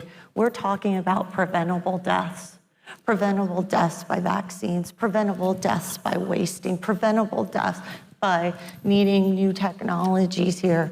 We many times have the technologies, but we don't have the access. So what do I see? I see that we have a reduction in those preventable deaths, a meaningful reduction. We've made an impact on bending that curve of incidence of HIV, and we are bringing in the values that it doesn't matter your zip code or where you live, you have the food and the access to the medicines and vaccines that you need. Thank you. Bill, going to you, maybe the same question. You've been involved in a bunch of innovations in health between the President's Emergency Program for AIDS Relief, the Global Fund and all. What do you see as new innovations coming down the line, and what are you looking for? Well, I completely agree with Janelle that we are a great country, and we should not be afraid to do great things. And we should be proud of the great things that we have already done together with the government, the private sector, faith-based community, NGOs. What's coming is an opportunity not to do things alone and not to do them forever, but to take some of these incredible new technologies that are being developed, like PlumpyNet, like Guardian, like the things that are in your pipeline, and jumpstart them so that they can be used at greater scale around the world. We don't have to pay for them forever, and we don't have to do it by ourselves. But we, in the next 5 years, in every aspect of global health, there is an American-made, American-invented intervention that if we together can invest just enough to get it over the hump and out broadly into the population where it's needed, we can solve hunger. We can solve childhood malnutrition. We can solve vaccine preventable diseases. We can end malaria. These are fights we should take on because we can win them. And we can win them because of what America does. Thank you, Bill. Maggie, maybe finishing up with you on this one, can you tell us, you've done some innovations already, you've got some hope on how to move forward. What's the next step? I think the next step, and I was actually just with Bill in Kenya with members of Congress, and we actually took them out into the field to see some of these solutions at work. And I think that's one of the most important things is we can sit here and talk to you, and you're going to talk to your members tomorrow and talk about these things. But I think it's really important for members to actually see the work that they're, stuck in DC talking to each other and then out and talking to their constituents, but actually seeing the work that Americans are producing in the field saving lives is invaluable. And so the Eleanor Kirk Foundation, a lot of other foundations have been working more and more to get members out into the field to actually see these innovations at work in order for them to invest and realize that this is the good work that American people are doing around the world. Great, thank you very much. David, you and I have both gone on the Hill, and when I've been on the Hill, I keep asking them, what more can we do? And they say, bring more people in. Have more people come in to talk to people, to let them know that this is important to Americans. All the polling shows it, but sometimes they just don't hear it. So David, tell the people here as we come to the end of the session, why it's so important that they go down to DC now, and what gives you hope? So when I took the role in 2016, when Trump was elected in 2017, everyone thought there would be devastation on humanitarian and development aid and USAID.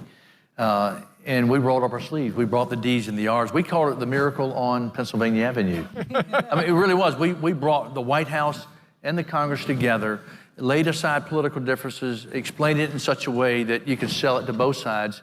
And it was remarkable, the success. The funding level just went up, up, up, not just for WFP, but UNHCR, UNICEF, and the list goes on. And it made a difference when we were on television, on 60 Minutes, and all the different news networks back in the day. And now you got social media that can really, of course, social media is a cutting edge thing right now, right? Yes, good and bad. We're more divided at any time period. But when I look at this room, and I've been giving speeches all across America for the last few months, people are so tired of this division.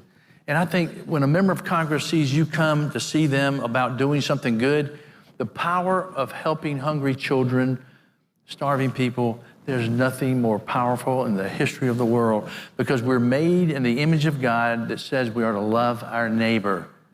And when you designed in that image, you yearn to do good for others.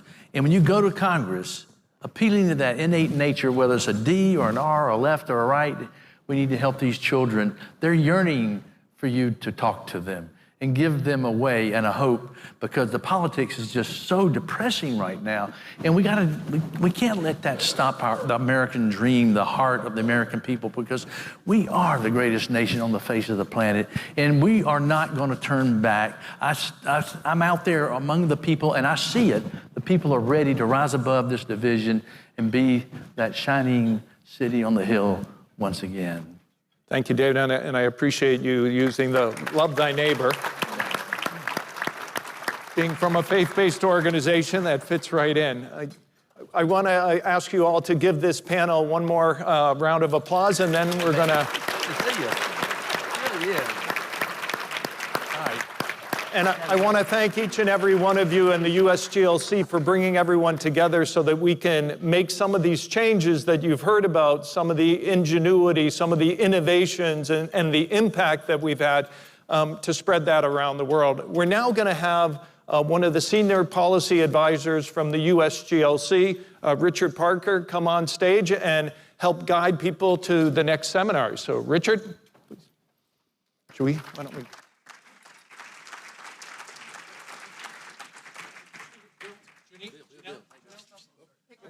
Oh, picture. Oh, all right. Take a picture.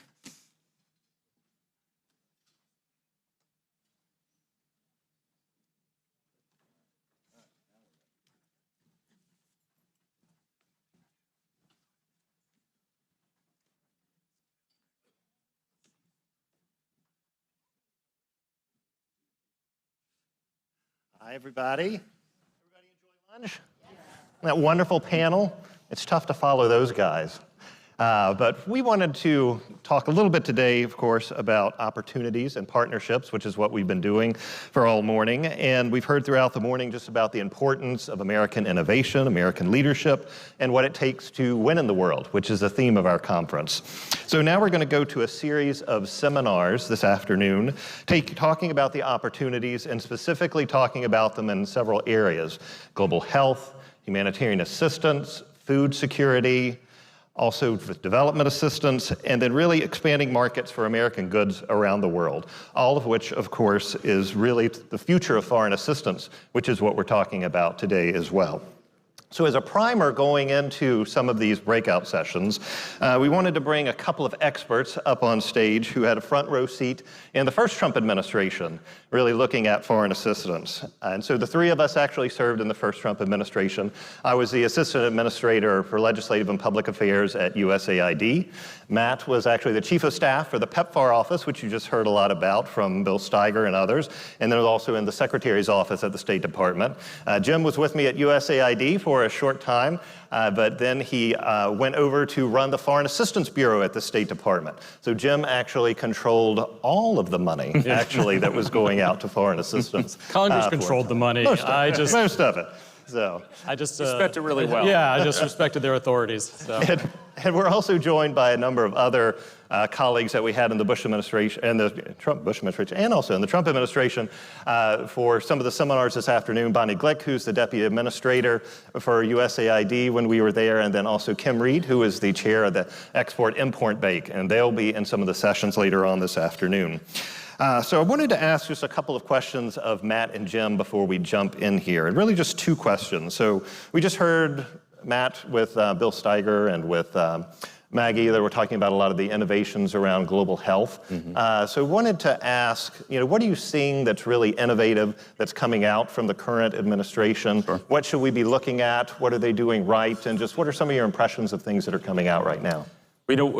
Thanks, Richard. And one of the beauties of how PEPFAR in particular was constructed back in the early 2000s was it had special carve-outs for public-private partnerships in a way that made it much easier for the private sector to be engaged in the successes that you saw PEPFAR have. And if you look back in Trump 1, that was partnerships like we had with MenStar, where you do self-testing and other issues. I think the really exciting one is really the advancements in the prevention and treatment. So you have long-term acting PrEP, lenacapavir, the public-private partnership that Global Health Security Diplomacy and the State Department launched with Gilead, the number of free doses that they're putting out there. I mean, if every single individual who could potentially contract HIV in the continent takes lenacapavir, once every couple months, you're going to stop the disease, and that's without actually a vaccine or a treatment. That's incredible progress, and so that's just one example. You had the S.C. Johnson announcement that they announced just a couple weeks ago with the Global Fund, where they're using spatial emanators on going after mosquitoes and how they go after malaria. And so I think all of that wrapped into this new innovation fund that they're really focused on and making that a core priority of the global health security strategy just shows you the immense amount of opportunity there is for the private sector to play a role, and this administration is embracing that, not pushing them away. All right, great. Thanks, Matt. Jim, let me talk about the broader foreign assistance structure outside of global health. So you manage that whole portfolio. So what are you seeing that the administration is doing that's really innovative that you're excited about? Yeah, I mean, and there's some innovative pieces and there's some sort of back to the future moments. One of the things that I think is really interesting is this true alignment of development and diplomacy, two things that are critically important. They're both distinct, but the administration really has, obviously through the absorbing of USAID, has really sort of pushed that to the forefront. And I think there really are some opportunities sort of built in there. The other piece, I'll just jump on Matt's conversation, was really about the private sector. And during the first Trump administration, USAID launched its first private sector engagement initiative. It was great. It didn't go far enough. This administration is really taking that to the next level, looking for opportunities to really link what the benefit to the American people is to our international investments and our international assistance work. So whether that's through security or economic or health, really looking to sort of push the envelope to say, how does this benefit Americans? That's a great conversation for us to be having, because we believe it, right? We believe that international development assistance does benefit Americans, and the language that the Trump administration, some inartfully use, sometimes it's okay, but they really do push that, and I think that's really helpful.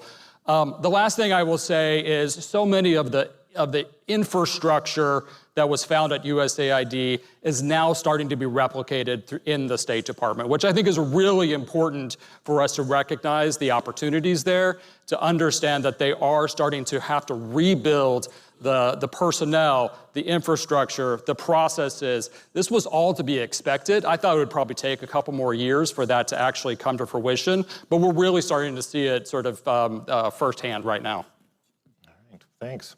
So second question, just as we go into these seminars this afternoon, what are the questions that we should be asking with the administration and things that are happening? What are some of the things that you would like to see them do a little bit more of, Matt? So we'll start with you in the global health space. Well, I would say ask them how we can be doing more faster. Because that's really where we all want to go, right? And I'm a big believer you want to defend the outcome of the program, not necessarily the process to get there. So how can we actually get there faster? What new partnerships can maybe you bring to them? Because they're looking for inputs right now. And I think that's actually one thing this administration's been remarkably strong in the last year and a half, is if you come in as a private citizen with a good idea, they've got an open door for you. So I'd say, what can we do to help you? How can we move faster? And I'd also, looking at the strategy, you're going to see a lot of organizations like faith-based organizations and others really brought into the fold, talking to them about how they're going to structure those programs as a key element as well. All right, great. Jim, your thoughts? Like my former boss would always say, the world is on fire. What are we going to do to fix it? And the world is on fire, right? I mean, there's so many crises, so many challenges facing the global community right now. We have the opportunity to insist that international development assistance be a tool in that toolbox to help solve those problems. We know it works. We know it can be impactful. We're just looking to make sure that those assistance programs are part of those tools that we are using to solve the world's largest challenges.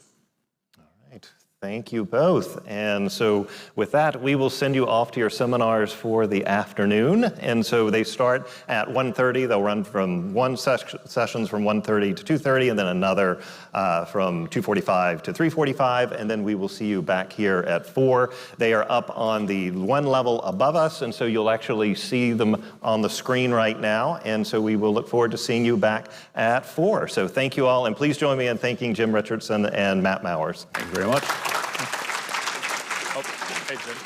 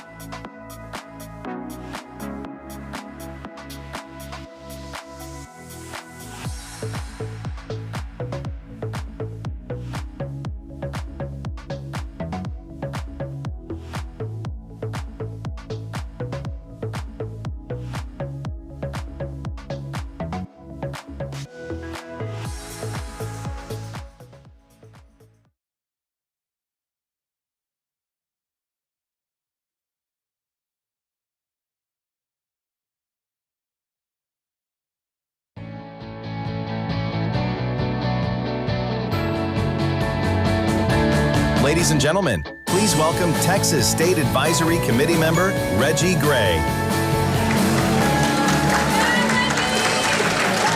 Good afternoon. Did you really enjoy all those impactful seminars and topics? Good, good. Well, it's time for a little fun and games. And I've been asked to come up and welcome you and let you know that we're going to turn our conversation to something that's very timely about sports and their ability to connect people, countries, and cultures. Of course, because as you know, we have FIFA coming and the Olympics. Now, I have been told or asked by the administration to remind you that it's not FISA. It's not the Federation of International Soccer Association, okay? It is the Federation of International Football Association. So us Americans, we're gonna have to hold our tongue all summer and not correct all of our guests from around the world as they blaspheme our beloved NFL, okay?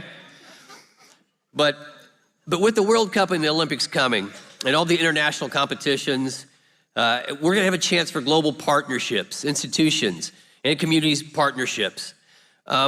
Houston, which is where I'm from, I'm actually on the host committee, and they've assigned me to work with our international media. I'm very proud to be doing that.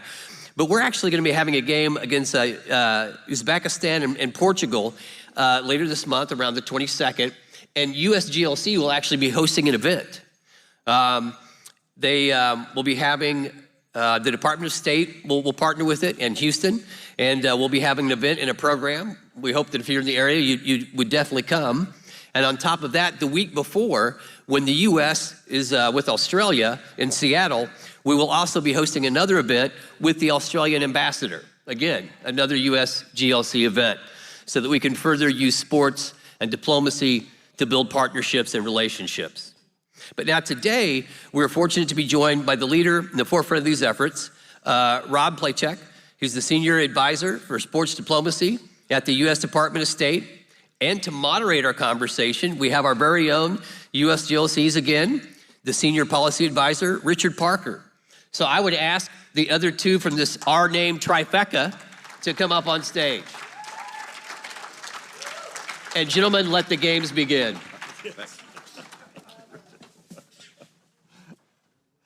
All right, welcome back and welcome Rob. Thank you, thank you. So I've been looking forward to this because you have the most fun job in the entire federal government as Senior Advisor for Sports Diplomacy. And you're coming up on 6 months now. And in just 9 days, the largest FIFA World Cup begins right here in North America. It sure does. Yeah. So tell us a little bit just about your role, and we were talking a little bit beforehand just about the office, and you know what's kind of your day job like, and just what's your vision for sports diplomacy as a foreign policy tool, why the administration is really trying to push this, and you know, how do we use this actually to really strengthen relationships and to strengthen, broaden diplomatic and economic goals around the world? Of course. Well, thank you to USGLC for having me over. Greatly appreciate the opportunity and the opportunity to partner in Seattle and Houston over the World Cup. So thank you for that. So my job has not existed since the Bush administration, actually. It had been held within the Bureau of Educational and Cultural Affairs, and it was really started in 2001. And we really focused on building the office using soccer, especially in the Middle East, as a way to, bring down the temperature during that time, and then really growing into an office that uses grants for people-to-people exchanges. We have 4 legacy people-to-people exchange programs that we have, and the Sports Envoy program is our marquee one. The Sports Envoy program sends out professional or retired professional athletes from the United States abroad, and allows us to really meet people where they are, and whether that's them hosting a clinic for youth or meeting with government officials. So that's a great program. But we also have programs that focus on non-elite youth. So usually folks from middle school to college who are not playing professionally or part of like D1, for instance. And then as well as coaching programs. So we'll do coach exchanges and administrator exchanges, which is fantastic. And then a 5-week-long mentorship program that runs twice a year. One is focused on parasport, where we really highlight the Americans with Disabilities Act. And then a second one that runs in the fall in a partnership with ESPNW that focuses on strengthening Title IX.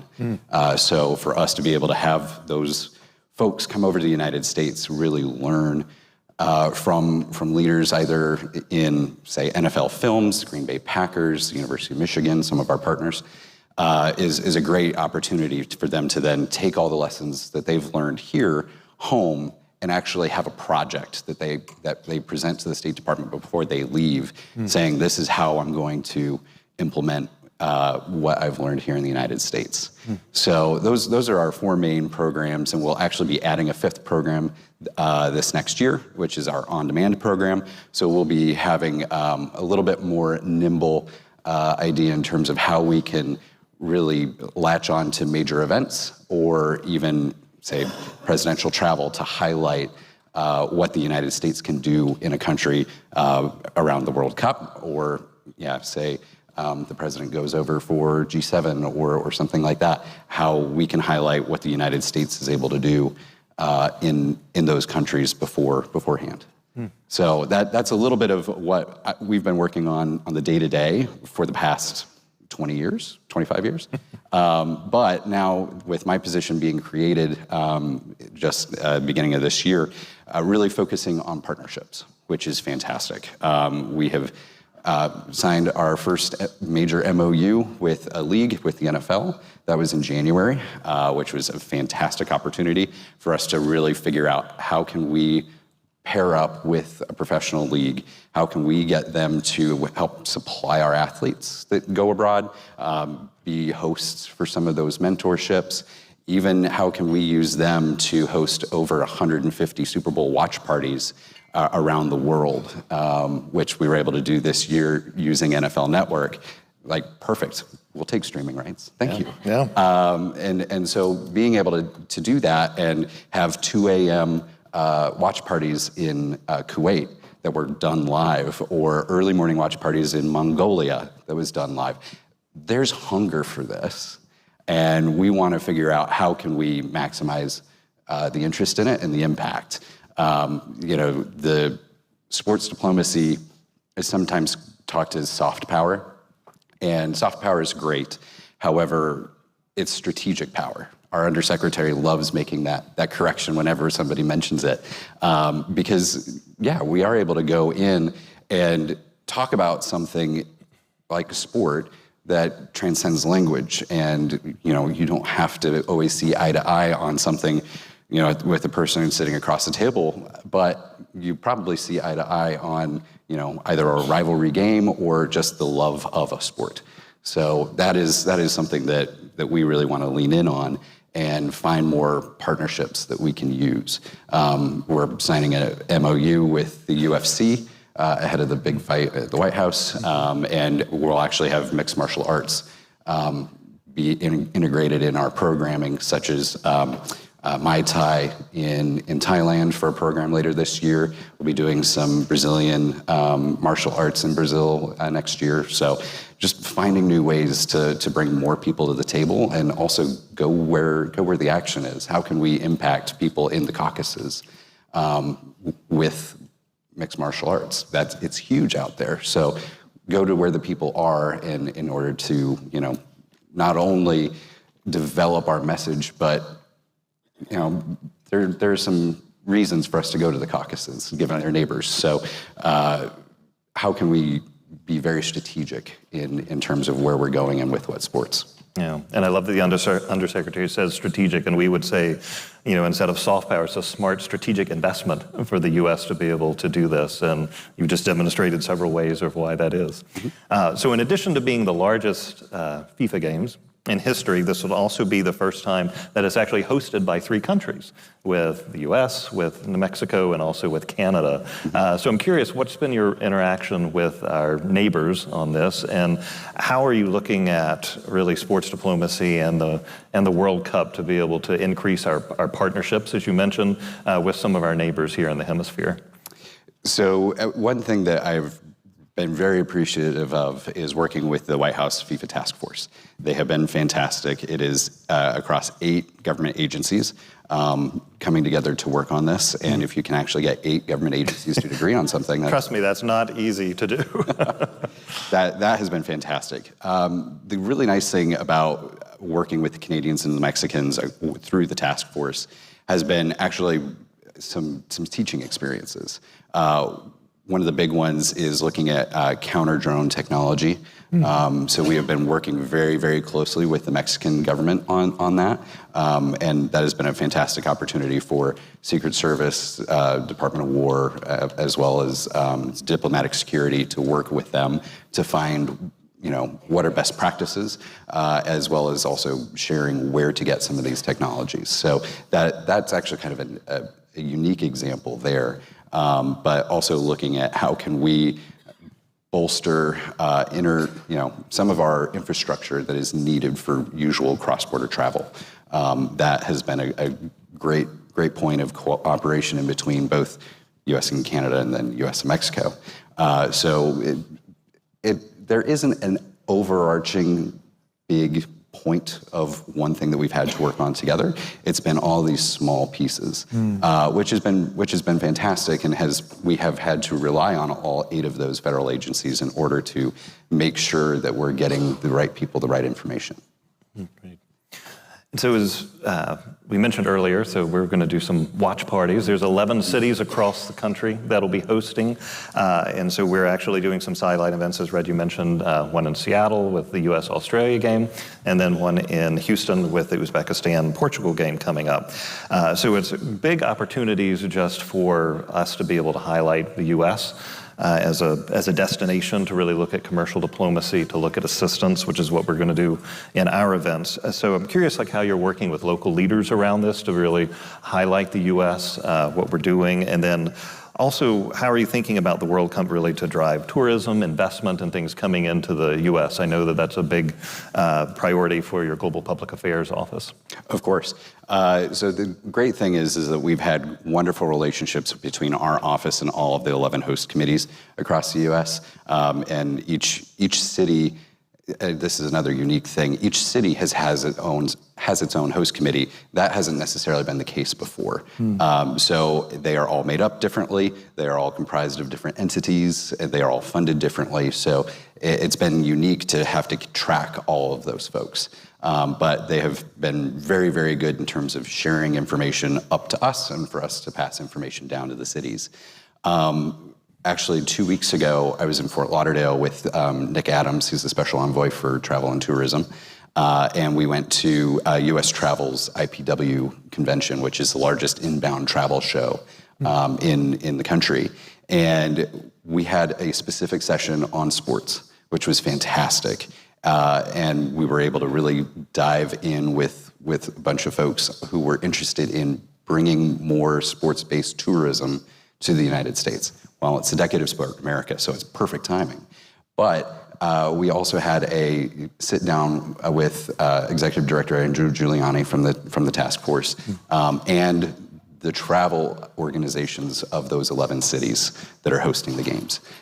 What can they do? What do they need from us? And the Deputy Assistant Secretary of Commerce that handles travel and tourism, he was there as well to really highlight, okay, these are the numbers that FIFA is using. Upwards of 5 million people come to the United States or to North America over the course of the summer. It's incredible. And for us to be able to say, okay, here's our number, call us, tell us what you need. And it's been ringing off the hook in terms of, hey, can we find a way to do this, even some of these side programs that, case in point, what USGLC will be hosting in both Houston and Seattle. The Spanish government is doing a bunch of programming in Atlanta.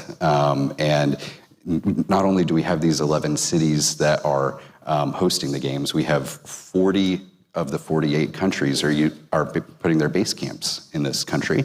And they are not in host cities. Not all of them are. So if you're going to be Spaniards up in Tennessee, and I think the Japanese are also in Tennessee. So how they aren't hosting any games, but Tennessee's going to have to still roll out the red carpet for these folks. And it's just a great opportunity for us to tell folks that they are citizen diplomats as well, because they're going to be hosting the world over the course of the summer, and then we'll get to do it again in 2028. Yeah. I know I live across the river in Alexandria, and I think the Croatians are actually practicing in Alexandria, so it is an opportunity to do that citizen-to-citizen diplomacy across the country. So you mentioned this a little bit earlier, but the world is starting to play American-born sports a lot more than they used to. And you mentioned the NFL and the watch parties around the world, but the NFL actually played a record 9 games overseas last year, and that's across 4 continents, 7 countries. So talk a little bit more about, is this a priority of yours in the office? You mentioned the NFL, you mentioned the MMA. Are there other sports and things that you're using, and how does the department want to use this really to kind of spread our diplomatic and economic efforts around the world? There is 100% a very big interest in this, and case in point, my presence showing the interest from the president and from Secretary Rubio in sport in general. There's a young man who plays for the University of Florida with the last name of Rubio. I wonder why.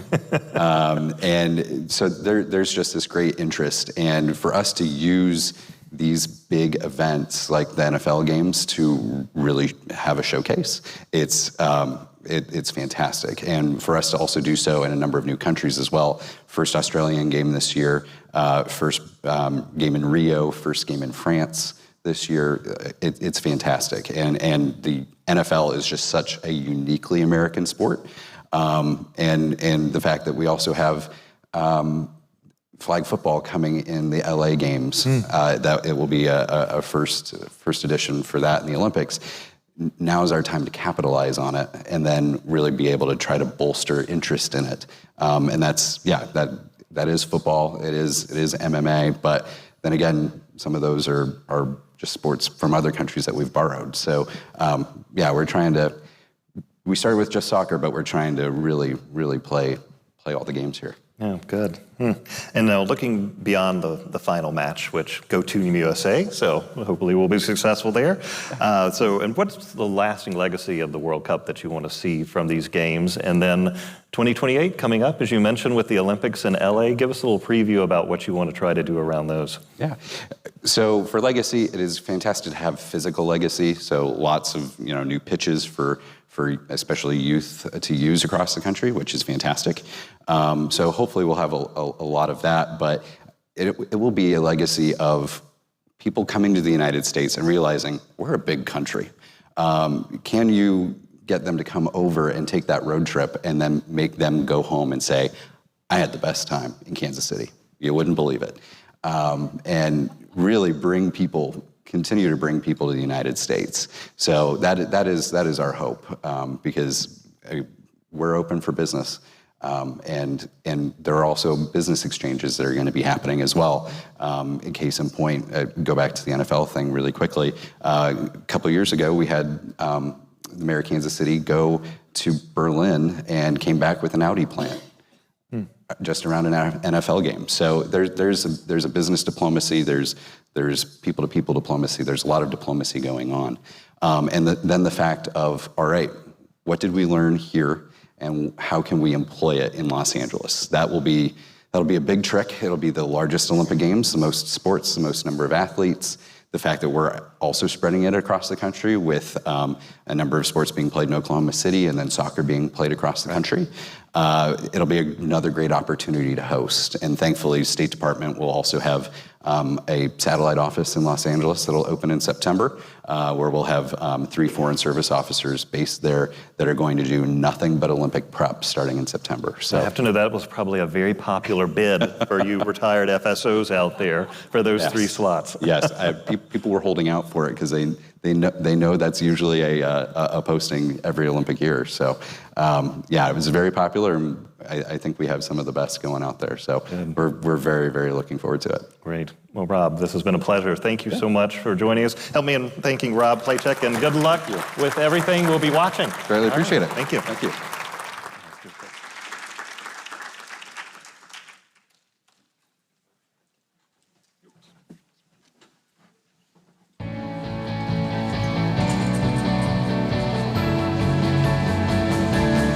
Ladies and gentlemen, please welcome Georgia State Advisory Committee member, Mayor Michael Owens.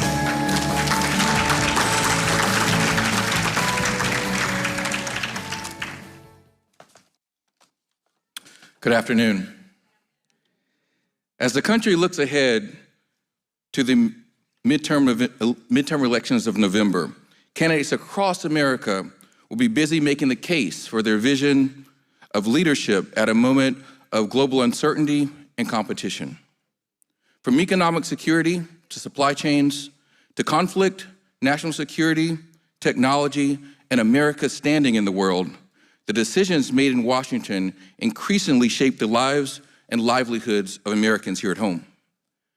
As the mayor of a growing and diverse city, I can tell you that the decisions made globally and federal decisions made here in Washington directly impact cities, front streets, and kitchen tables. That's what drives USGLC's impact initiative each election cycle. And that's what drives me to come back to this forum year after year. A bipartisan effort to ensure that leaders on both sides of the aisle understand the importance of diplomacy and international assistance as essential tools for American strength, security, and global leadership.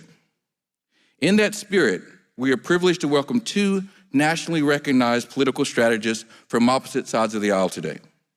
They are here to share their perspectives on the current state of the world, the political dynamics shaping this year's midterm elections, and what the outcome could mean for America's role and leadership on a global stage. Joining us for this important discussion is Adrienne Elrod. She is a co-founder of the Elrod Gifford Group and a national strategist with 4 presidential campaigns and 2 presidential administrations under her belt. And Eric Erickson, a fellow Georgian and a former Republican elected official, attorney, campaign strategist, and a syndicated conservative talk show host of The Eric Erickson Show. And to moderate our conversation, none other than USGLC's own Executive Director, Jason Gross. Adrienne, Eric, Jason, Adrienne, welcome. Please come on.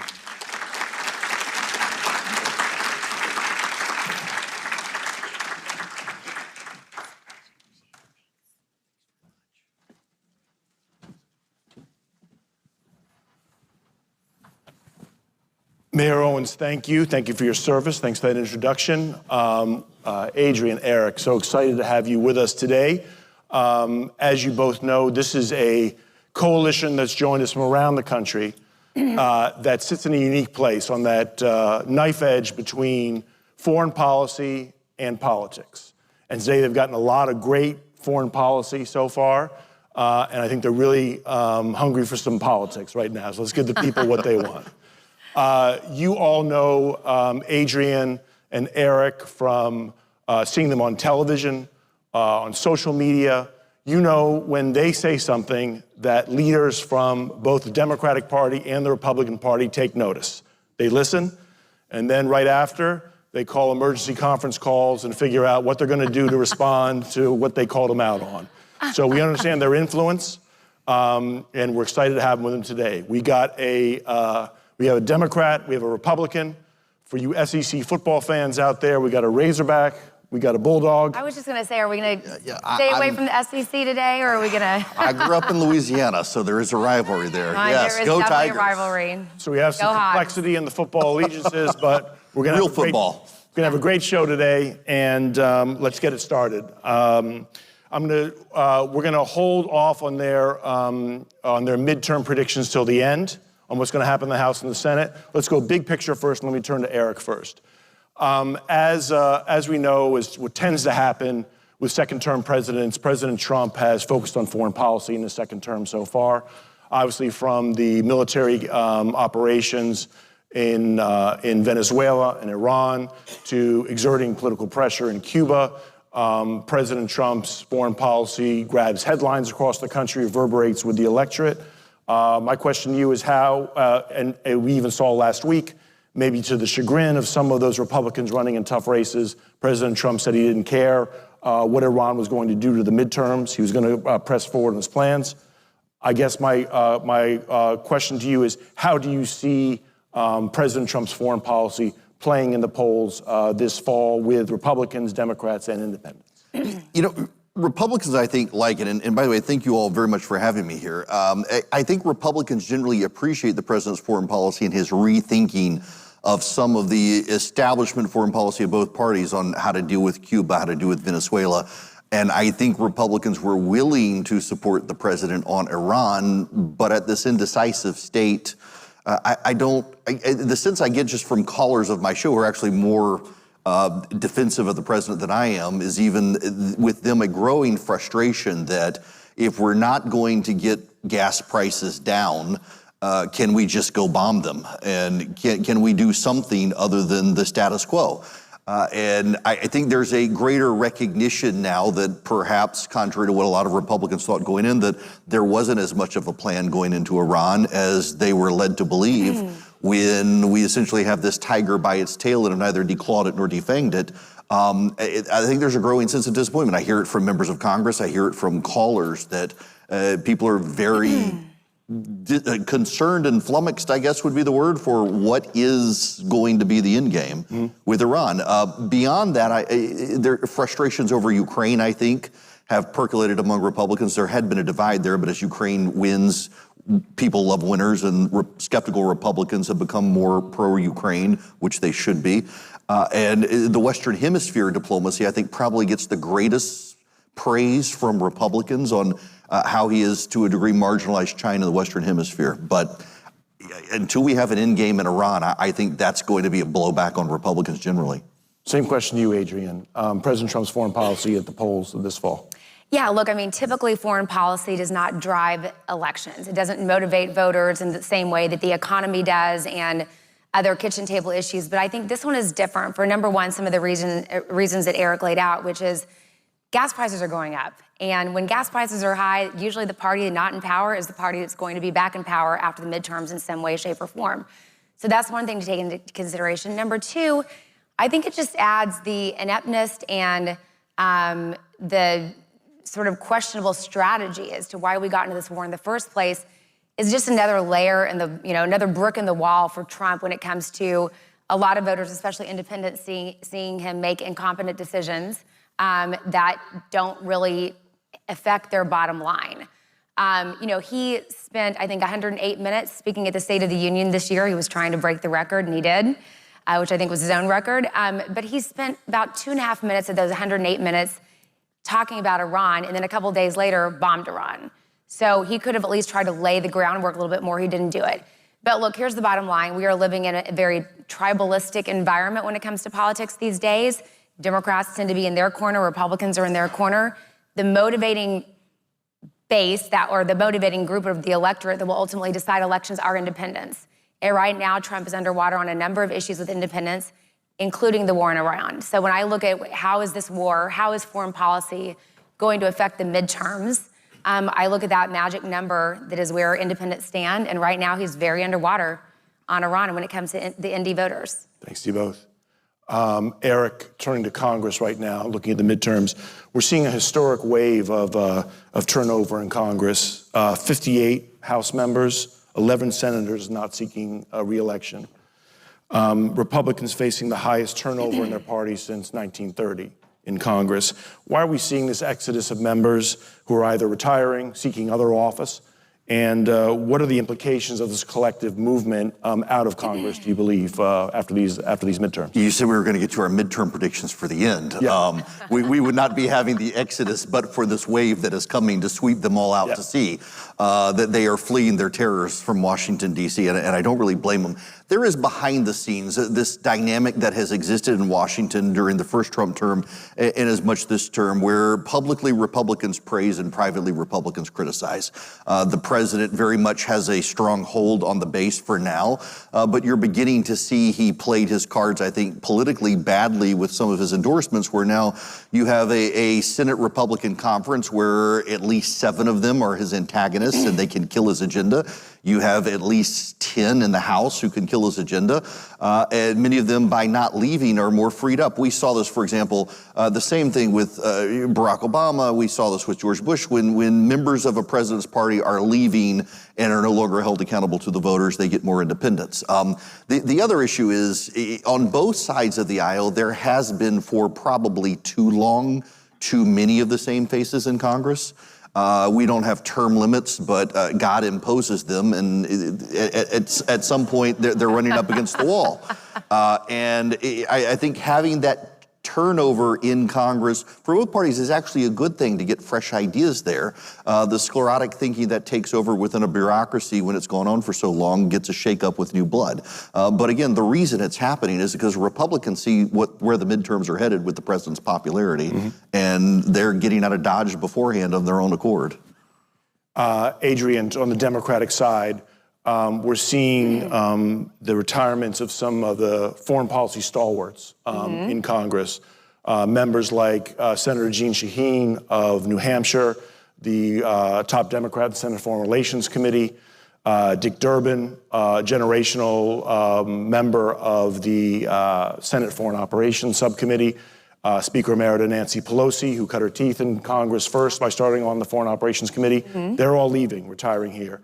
Who's the next vanguard, the next generation of leaders on the Democratic side on foreign policy you see taking their place? Absolutely. Well, first of all, I think Chris Coons, if we take back the Senate, Chris Coons will be the next chair of the Senate Foreign Relations Committee, which is fantastic. I personally know him well, and he has a very good habit of working with Democrats and Republicans, which I think is something that we sorely need more of in this town. So excited about him. Senators Chris Murphy, Brian Schatz, Senator from Hawaii, of course, Senator Cory Booker, who's been an ardent and steadfast member of the Senate for a long time. He's up for re-election this year, but it looks like he's going to have a pretty easy win. We'll also round out, I think, some of the leaders on the Democratic side when it comes to foreign policy. But look, I mean, I've been working in this world for a long time, and sometimes I am amazed by how long some of these members want to stay in. I think it is time for some new blood, and that goes for both sides, both sides of the aisle, both Democrats and Republicans. And it doesn't necessarily mean that you have to be, 35 years old, but it means that you need to be somebody who probably has a slightly different perspective. And I think that we are seeing certainly retirements on the Democratic side, and we're seeing them on the Republican side too, maybe some for different reasons. But I think some new blood in Washington is always a good thing. Speaking of new blood, we have obviously a number of those retirements we talked about, but another factor creating some tumult this cycle is redistricting. After the Supreme Court decision on the Voting Rights Act, we saw some red states take some very aggressive redistricting approaches, some blue states responding as well.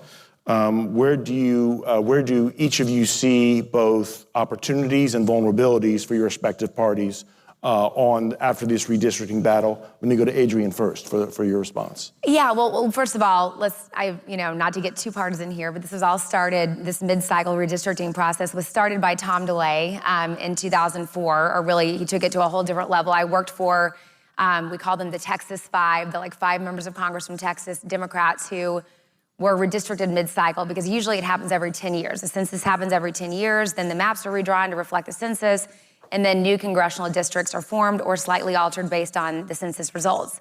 Tom DeLay was smart. He realized you don't have to, this is not statute, this is not written in law. We can mid-cycle redistrict, so he did. I ran a campaign for one of the Texas members who was redistricted, and he went from a very safe Democratic seat in Beaumont, Texas, to having basically, 75% of his district being the Houston suburbs, and he, no surprise, lost that seat.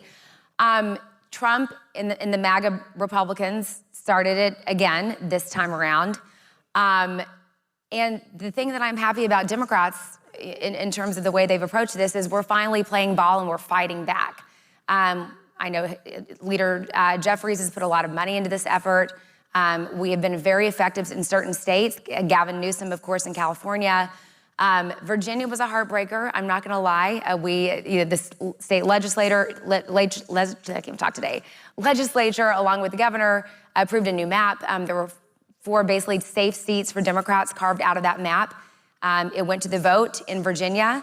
It passed among the citizens of Virginia by about 4 points, and then the courts overturned it. So that was, I'm not going to spend time talking about the ethics of that decision, but that was a bummer, but we still think we can win 2 seats there.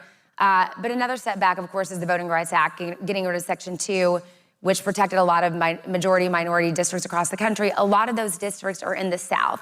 And we are seeing, again, Governor Landry in Louisiana, some other governors in the South that have taken very aggressive measures to try to recreate the maps now that will help them in their view in 2026 in the midterms.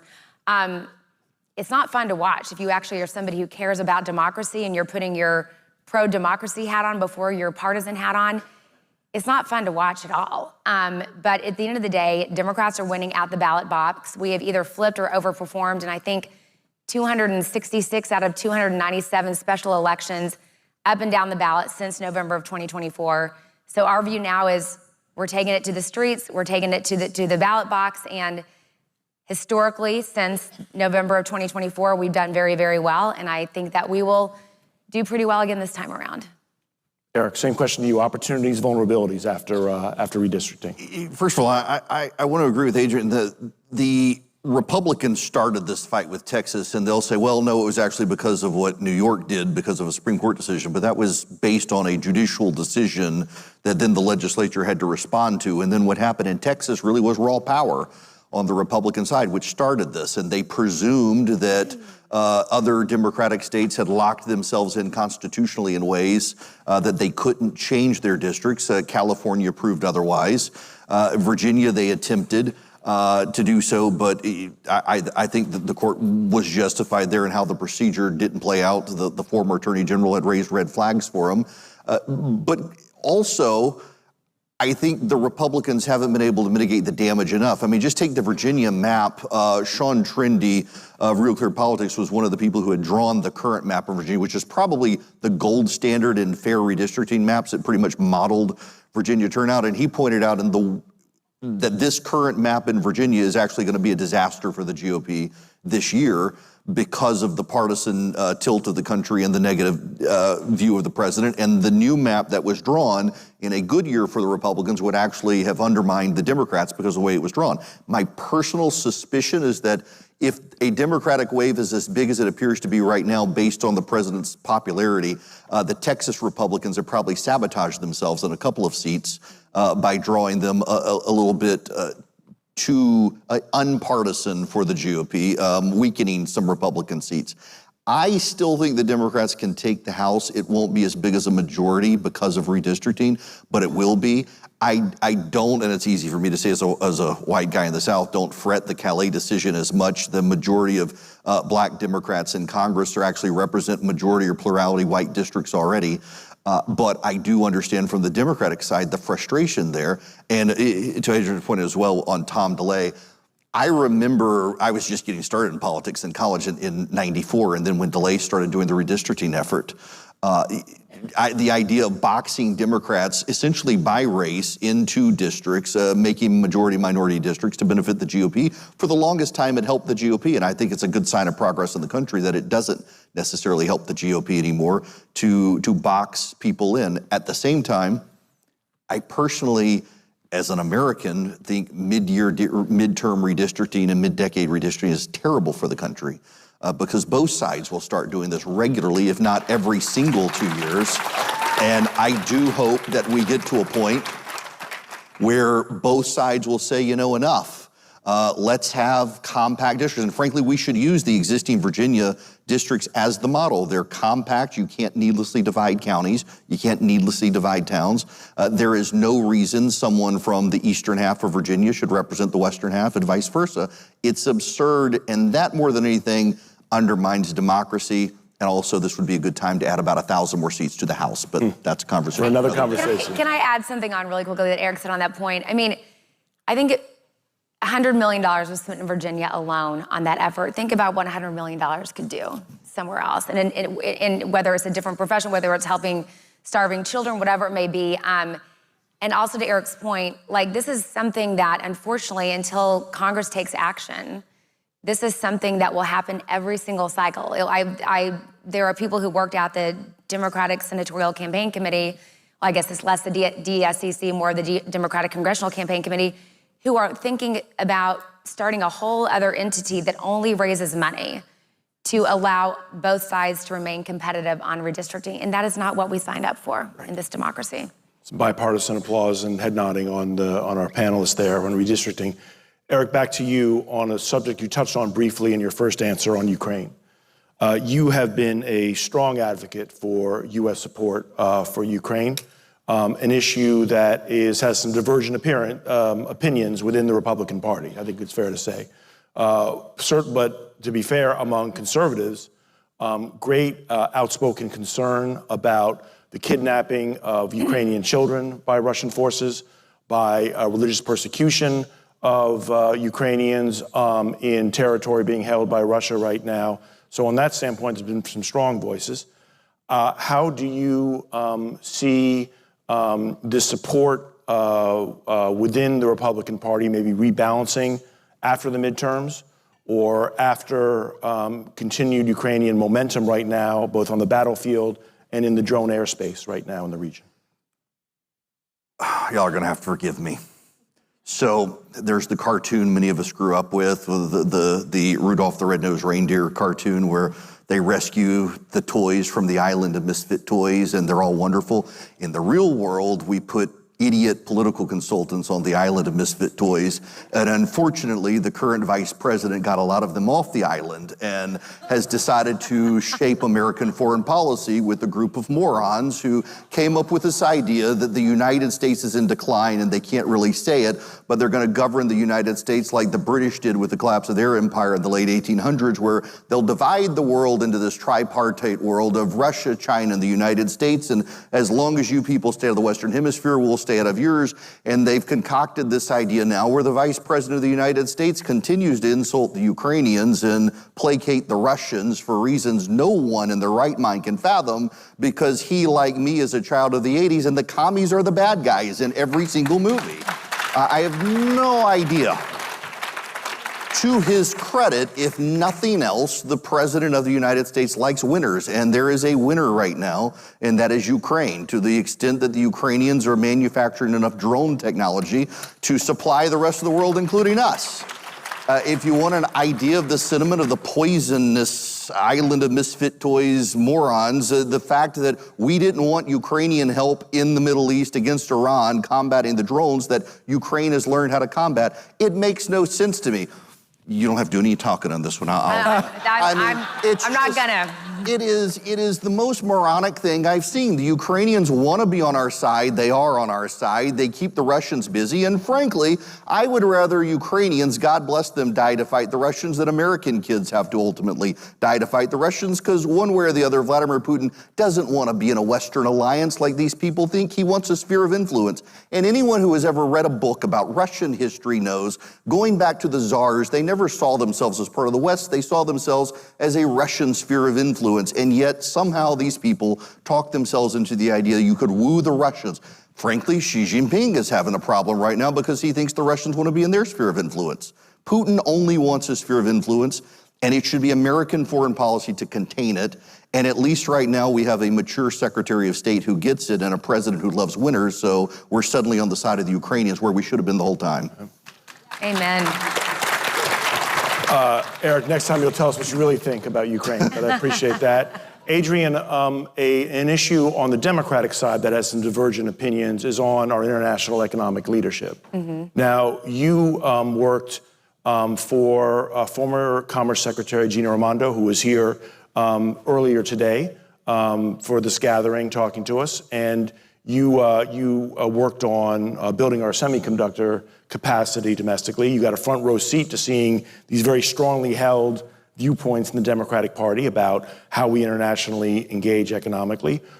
Where do you see, as we head into a midterm election and then start identifying presidential frontrunners for 2028, where do you see the Democratic Party in terms of competing with China economically internationally? Are we going to go on offense, or is this something where Democrats are going to be more in a defensive posture going forward? I mean, hopefully offense. I mean, I say offense, I hope so. And there are a number of people who I think are going to run for president. We'll see, who have foreign policy backgrounds, which is also a helpful tool at their disposal. But first of all, I always joke that China is the great unifier between Democrats and Republicans. There's not a lot that unites both parties this day, but disdain or lack of trust toward China is one thing that sort of, unites both groups. Look, I was part of the leadership team that implemented the CHIPS and Science Act under Gina Raimondo's leadership at the Commerce Department.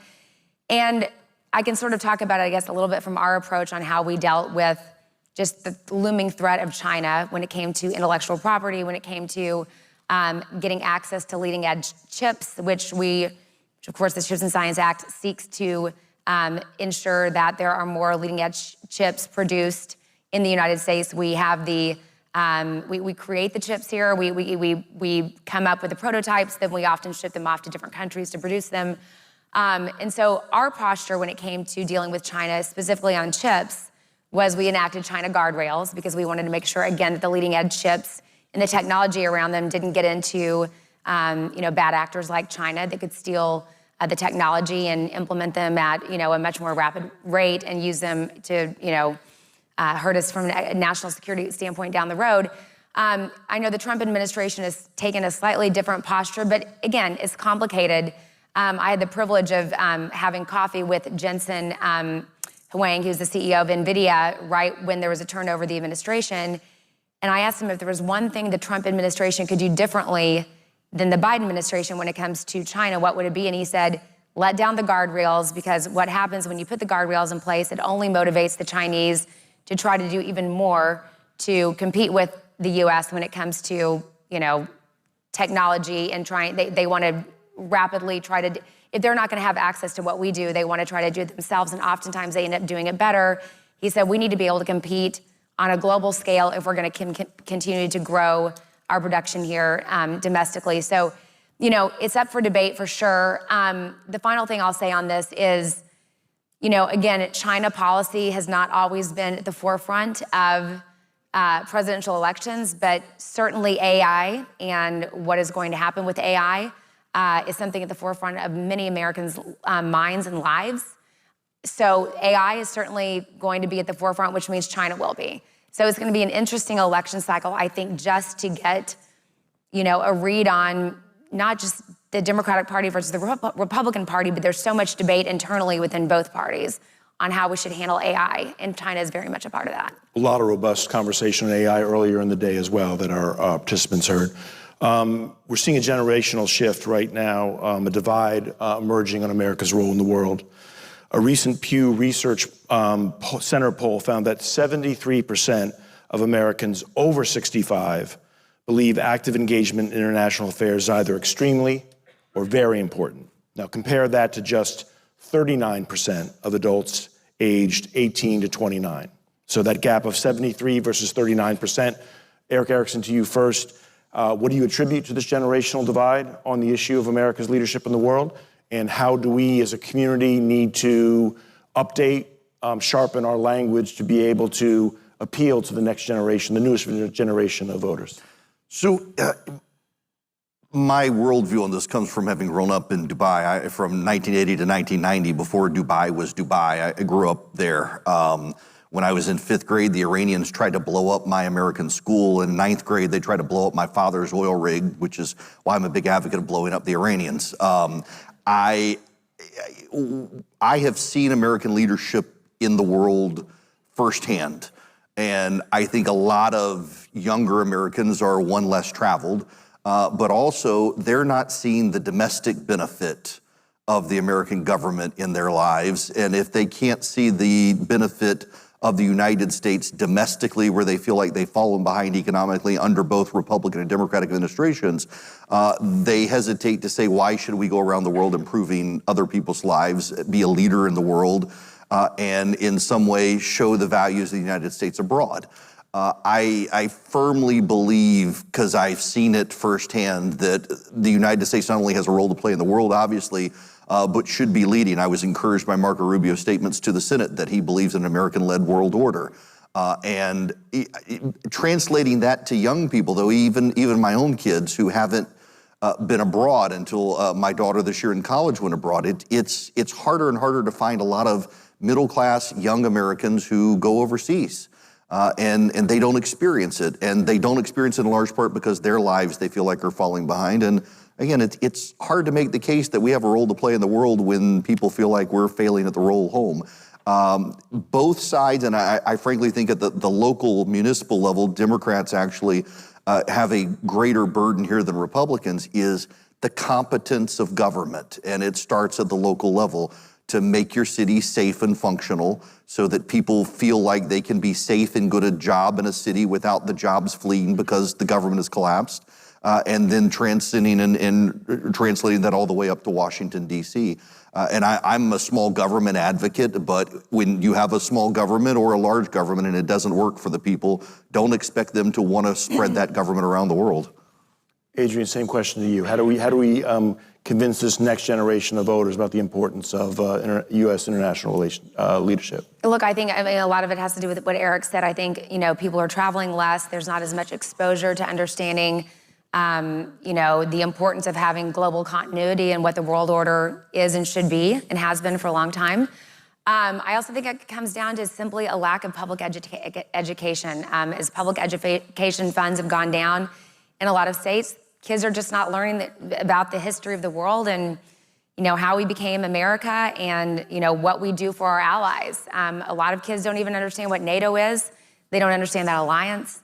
They don't understand the role that the U.S. has traditionally played. And it was something that used to not be as, I guess even these days, Trump obviously has his position, and I guess to an extent the MAGA wing of the party does, but I think, generally conservative Republicans and conservative or even moderate Democrats do believe in the traditional world order. We just have to do more to educate. That really is what it comes down to, because this future this generation that is feeling the way they're feeling right now is only they're going to grow older. And they've watched, somebody like Trump come in and blow up the system, which has positive and negative attributes. And so for them, they don't think that we need to, or a lot of them don't think that we need to stick to the status quo, that we should blow up. And to Eric's point, that we shouldn't feel like we need to take care of everybody who needs to be taken care of. Mm-hmm. And certainly a role for, on this question, the role of our higher education institutions, who are represented here as well, the best in the world. When we bring the number of foreign students, international students here, that kind of exchange that we've had, cultural, educational, has been such a key point for previous generations for that connection, and something we need to revive and to keep going as well, I think, to address this shortfall. Okay, we've reached that point in the conversation. It's predictions times. Let's go. Who's gonna win the House? Who's gonna win the Senate? What's the margin? Why don't we start with Eric on this one? I think the Democrats do take the House, probably with redistricting 15 to 20 seat majority. I don't actually think they take the Senate. They'll reduce the numbers of Republicans. They're going to pick up North Carolina, of course.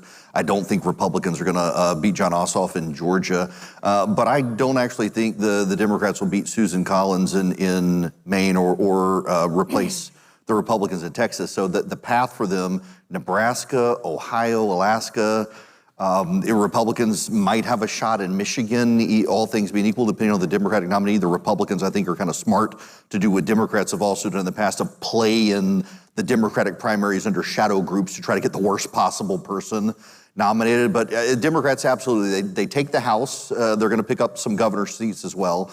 They will reduce the Republican majority in the Senate. We'll probably have a 52, 53 seat Republican majority, but I don't think they'll get what they need to take the majority there. Adrian, your prediction. I mean, first of all, I'm glad to hear that Eric thinking that we're going to win the House by 15 to 20 seats. I was going to say 9 to 12. Thank you. We've got some morons. So do we, by the way. Yeah, look, I mean, statistically, Democrats have been doing really, really well. There's no reason, since November 2024, there's no reason to believe that that will not portend and continue that trend in November of 2024. We'll see how all the redistricting stuff shakes out, but I still think we're gonna have a net gain. My prediction is more in the 9 to 12 range, but I hope Eric is right, because that 15 to 20 would be awesome. Look, the Senate is complicated. I'm a little bit more optimistic on the Senate side than Eric probably is, although you're going for your party, I'm going for mine. We certainly win North Carolina. I think Republicans have pretty much conceded that we're gonna win that. I think we've got a very good shot in Alaska with Mary Peltola. That was a top recruit. She's been elected before. She's very widely popular amongst Democrats and Republicans. There are a lot of independents in Alaska too. I actually think Sherrod Brown's got a really good shot. I think he's our third best shot at flipping a seat in Ohio. He lost in 2024 by 2.5 points. Kamala lost by 11.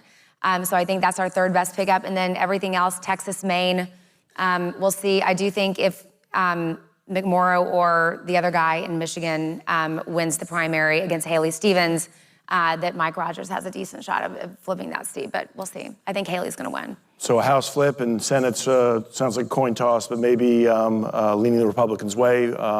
Let's close this great conversation so far with a big picture for these folks who are going to Capitol Hill tomorrow, as you know.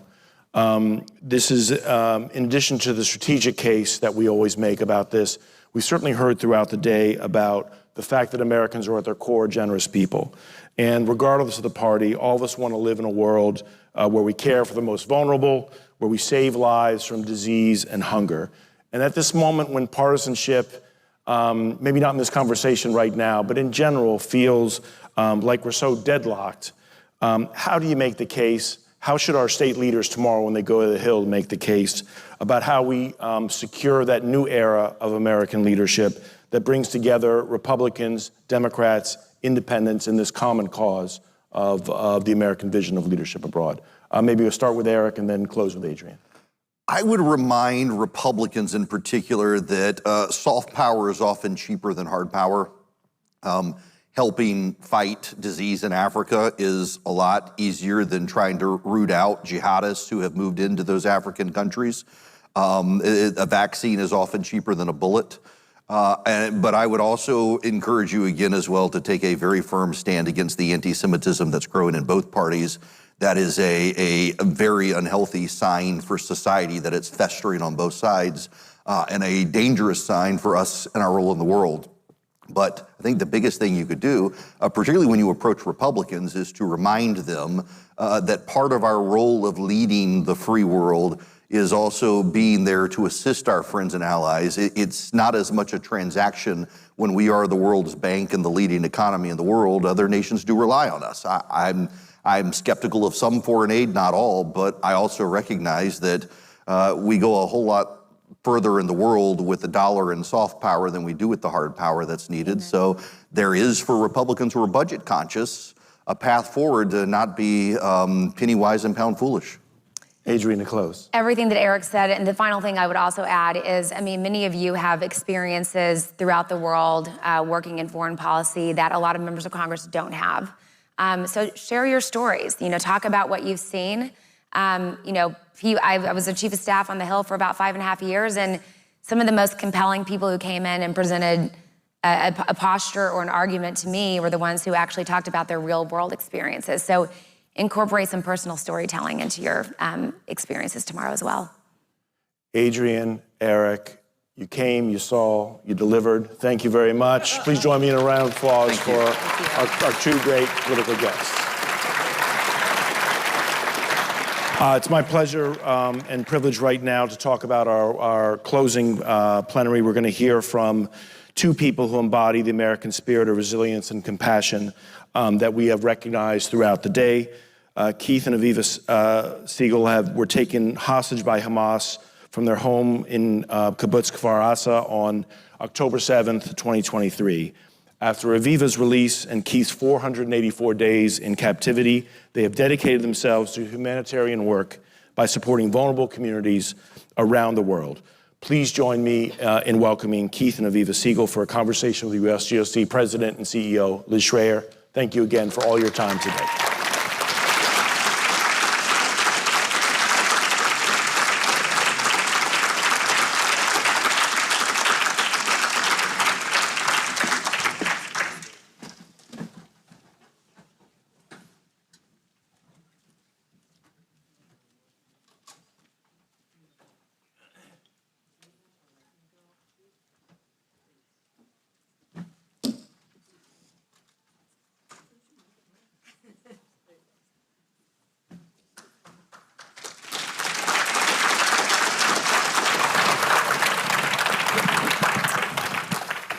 So, hello everyone. It seems like days ago that I was up here on stage this morning.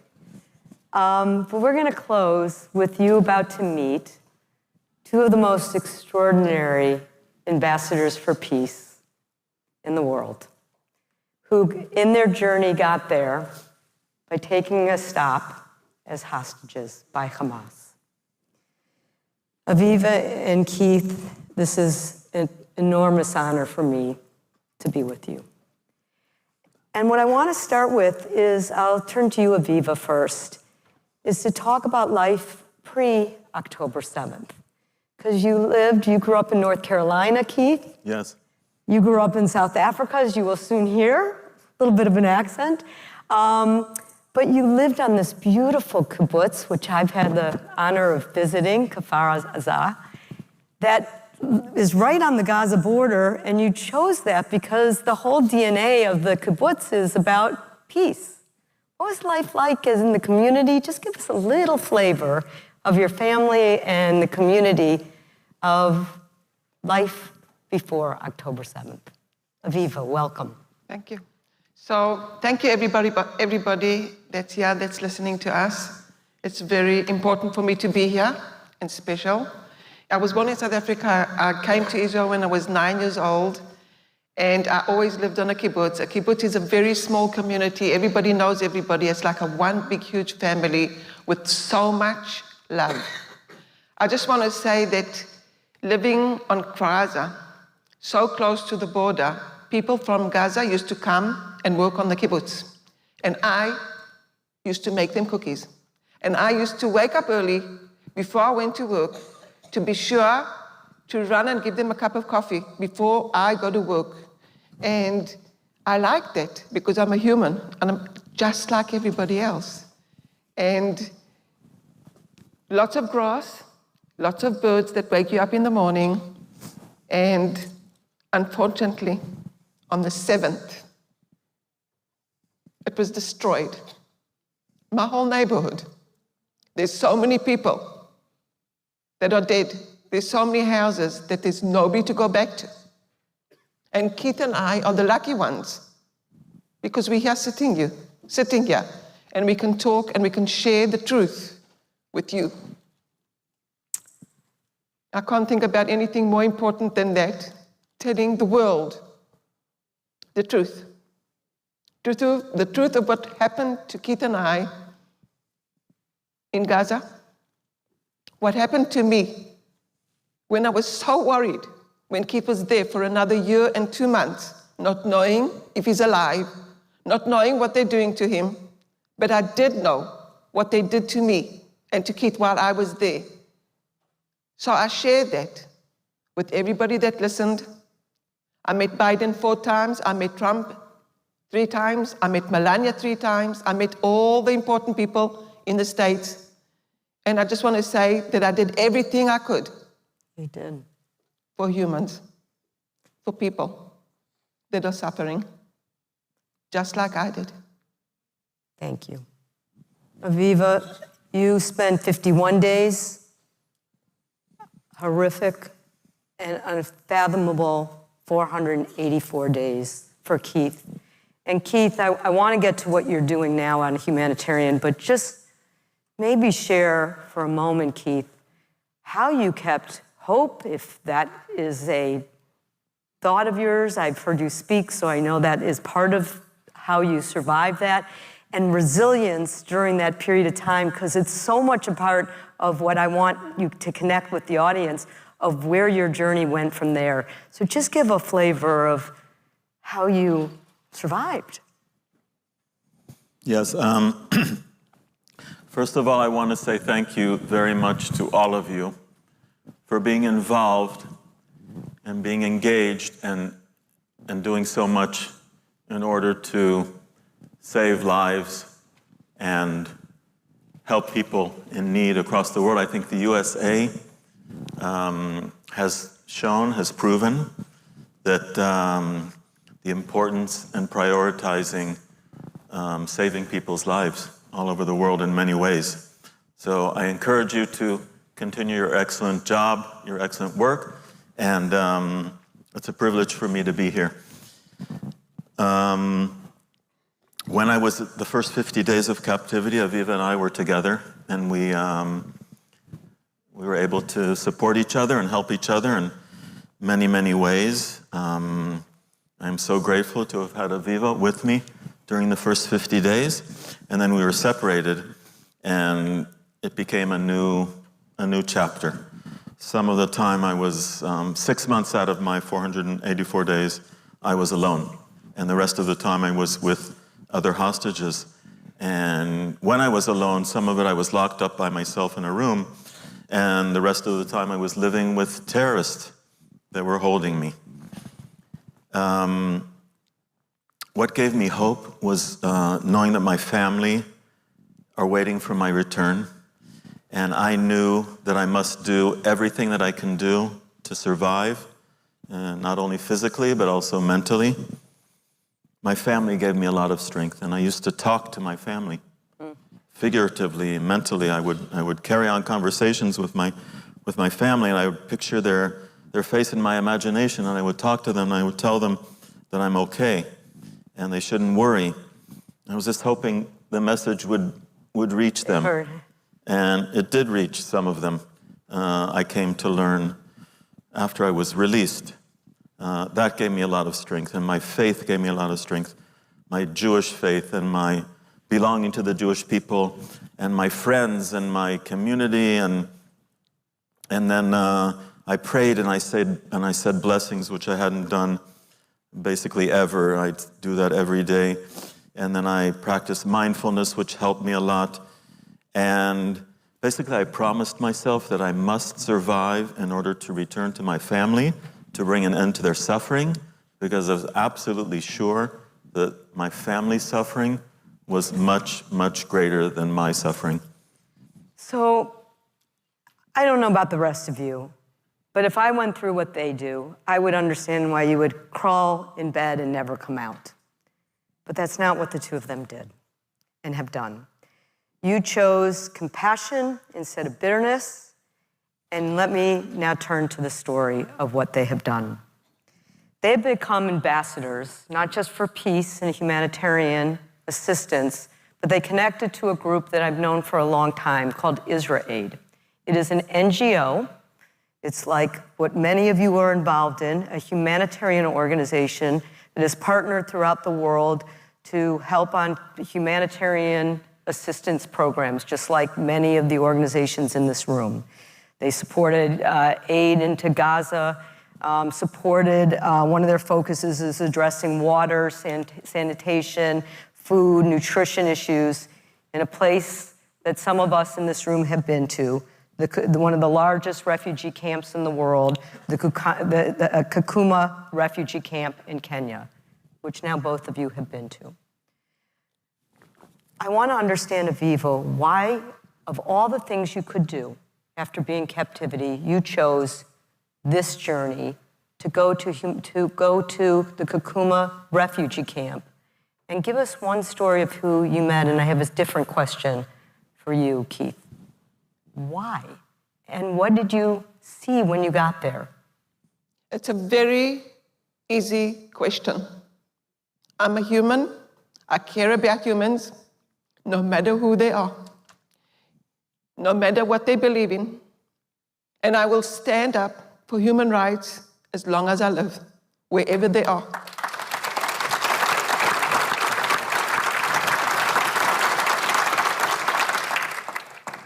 And I will tell you that you too do the same, please. Because we all have to stand up for the rights. I feel as a human being ashamed of what I saw in Kakuma. I saw women digging in the ground and drinking dirty water and giving their children dirty water. I saw groups of children running around, and the only toy that they had is a ball that they made out of old cloth. That's all they have. I saw hunger. I saw people that have lost their hope. I want to give them hope. I want to give them everything I can. Because that's who I am. Wow, it's incredible. And going through what I went through in Gaza, I was starved while they ate in front of me and smiled. One of the days, Keith said to me, after I asked, please just ask once more for water. He begged, and we didn't get water. So for me to think about people in this world now, 2026, that haven't got the basic water, just water, we have to help them. We all have to help them. And if we all help them and make this world to be a better world for everybody, for children that don't deserve to be like that, to live like that. The girls that are 13 that they rape because somebody just felt like doing that and having a baby while they're 13 years old. We shouldn't allow that, and we should stand up. Just like I did for the girls in Gaza, the hostages that were in Gaza, that were with me, because I saw, and I'm a witness. I saw what they did to Keith, and I'm a witness. I was there in the darkest places of earth. And I'm just praying that my words will move somebody. For Kakuma, 300,000 people, it's not one or two, that are starving and don't have water and don't have education. We have to do more. Keith, when you went to Kakuma, you told me when we were just talking that you saw the role the U.S. was playing. You also connected to the folks that, the refugees that came from Sudan and some of the experiences that you had yourself. What did you see about human suffering as well as human dignity when you went? I saw people that are living a life with so many difficulties and challenges and the starvation and the thirst and lack of water, sanitation, and being disconnected from their families and just living day in and day out with enormous uncertainty about their future. And we met with the IsraAid team at Kakuma, who are themselves refugees, and we shared our experience as hostages in Gaza, and they told us about their life as hostages, as refugees.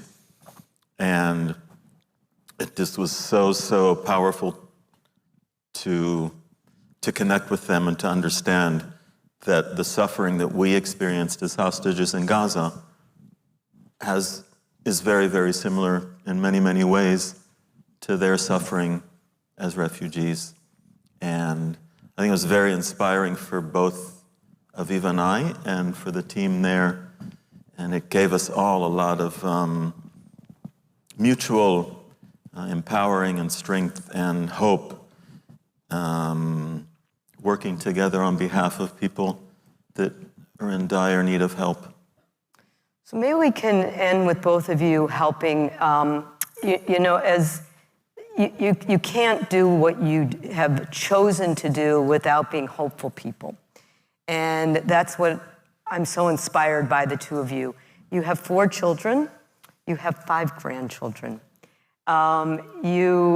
I heard, Keith, you said on one of your, many times I've heard you interview that you believe in, quote, peace and security for all people and freedom, basic human rights that every person deserves. And I love that you still are optimistic people.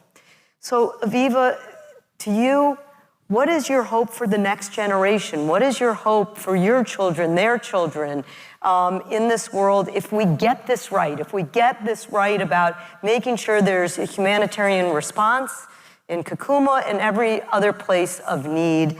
And Keith, you think about this question to answer. We're going to Capitol Hill tomorrow. You have met with the highest people of the land, presidents and secretaries of state. What can we say to carry this message forward? So Aviva, your hope for the future of the generation, and Keith, your message for us to take to Capitol Hill and beyond. I just want to say that Keith is American. He was brought up in North Carolina, and I couldn't have done it by myself. United States stood up for human rights and got Keith out. President Trump and President Biden did everything they can as Americans to make this world be a better world and to get all the hostages out. So I want to thank them. And my hope is that nobody in the world will go through what my grandchildren went through, what my children went through, worrying about Keith, worrying about me. We're just good people, just like you, that want good for everybody, for all the good people all over the world. So I just hope and pray that from this terrible tragedy that happened in Israel, I'm sure that everybody's heard about the 7th, what the Hamas terrorists did, and were so proud of themselves what they did, that we'll be able to change the world and people like that won't be able to behave like that. And nobody will have to suffer like my family and Keith and I did, and all the hostages' family. And what we've gone through as a country is terrible. Thank you, Aviva. What's our message on humanitarian efforts, thinking again about your work with Israel Aid and humanitarian work? I think, well, one of my messages is that all of us, all of you, as humane people with values and morals, can all be a part of a mission. And together, we have a lot of power. We have a lot of, we can be very influential. And I think to pass that on to leaders and people that are in positions of influence and being able to make decisions in order to prioritize whether it's budget or whatever is going on, in order to reduce suffering of so many people in this world that are suffering day in and day out. And I think I kind of feel a little bit guilty the way I live my life, knowing what people in Kakuma are going through. And similar to how I felt when I was released from captivity, and friends of mine and many other hostages remained in Gaza. And I knew that I must do everything that I can do. And I did things that I never imagined I was capable of doing. And I did it in order to feel good, in order to feel like I'm helping people. And I think looking back on life and what we have all done, you can all be very, very proud of yourselves for doing what you're doing. And I think it's the ultimate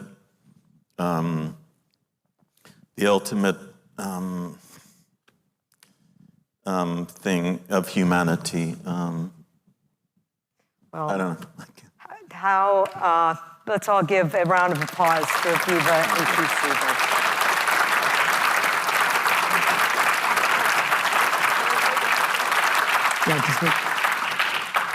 I just want to ask everybody here that tomorrow morning when you wake up, tell yourself, I'm doing everything I can to make this world be a better world, and we'll do it. We'll do it together. Thank you very much.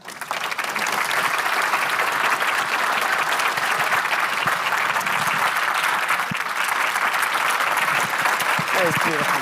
Thank you. Thank you so much.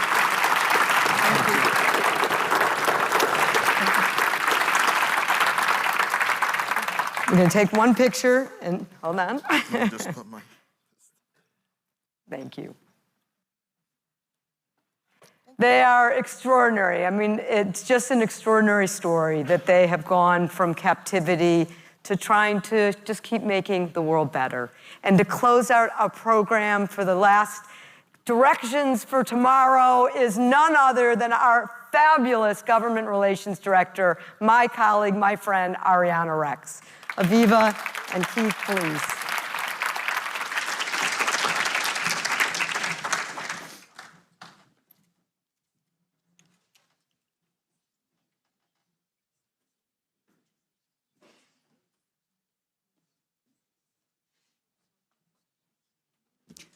Thank you, Liz. Good afternoon, everyone.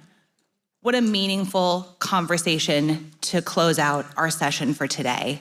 As Liz shared, I'm Ariana Rex, and I'm USGLC's Government Relations Director, and I'm here to close out our session.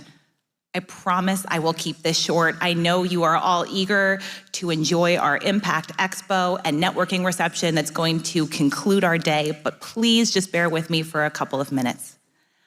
First of all, a huge thank you to everyone in this room. Throughout the year, USGLC leaders engage communities across this country in conversations about why American leadership in the world matters to the security and prosperity of all Americans.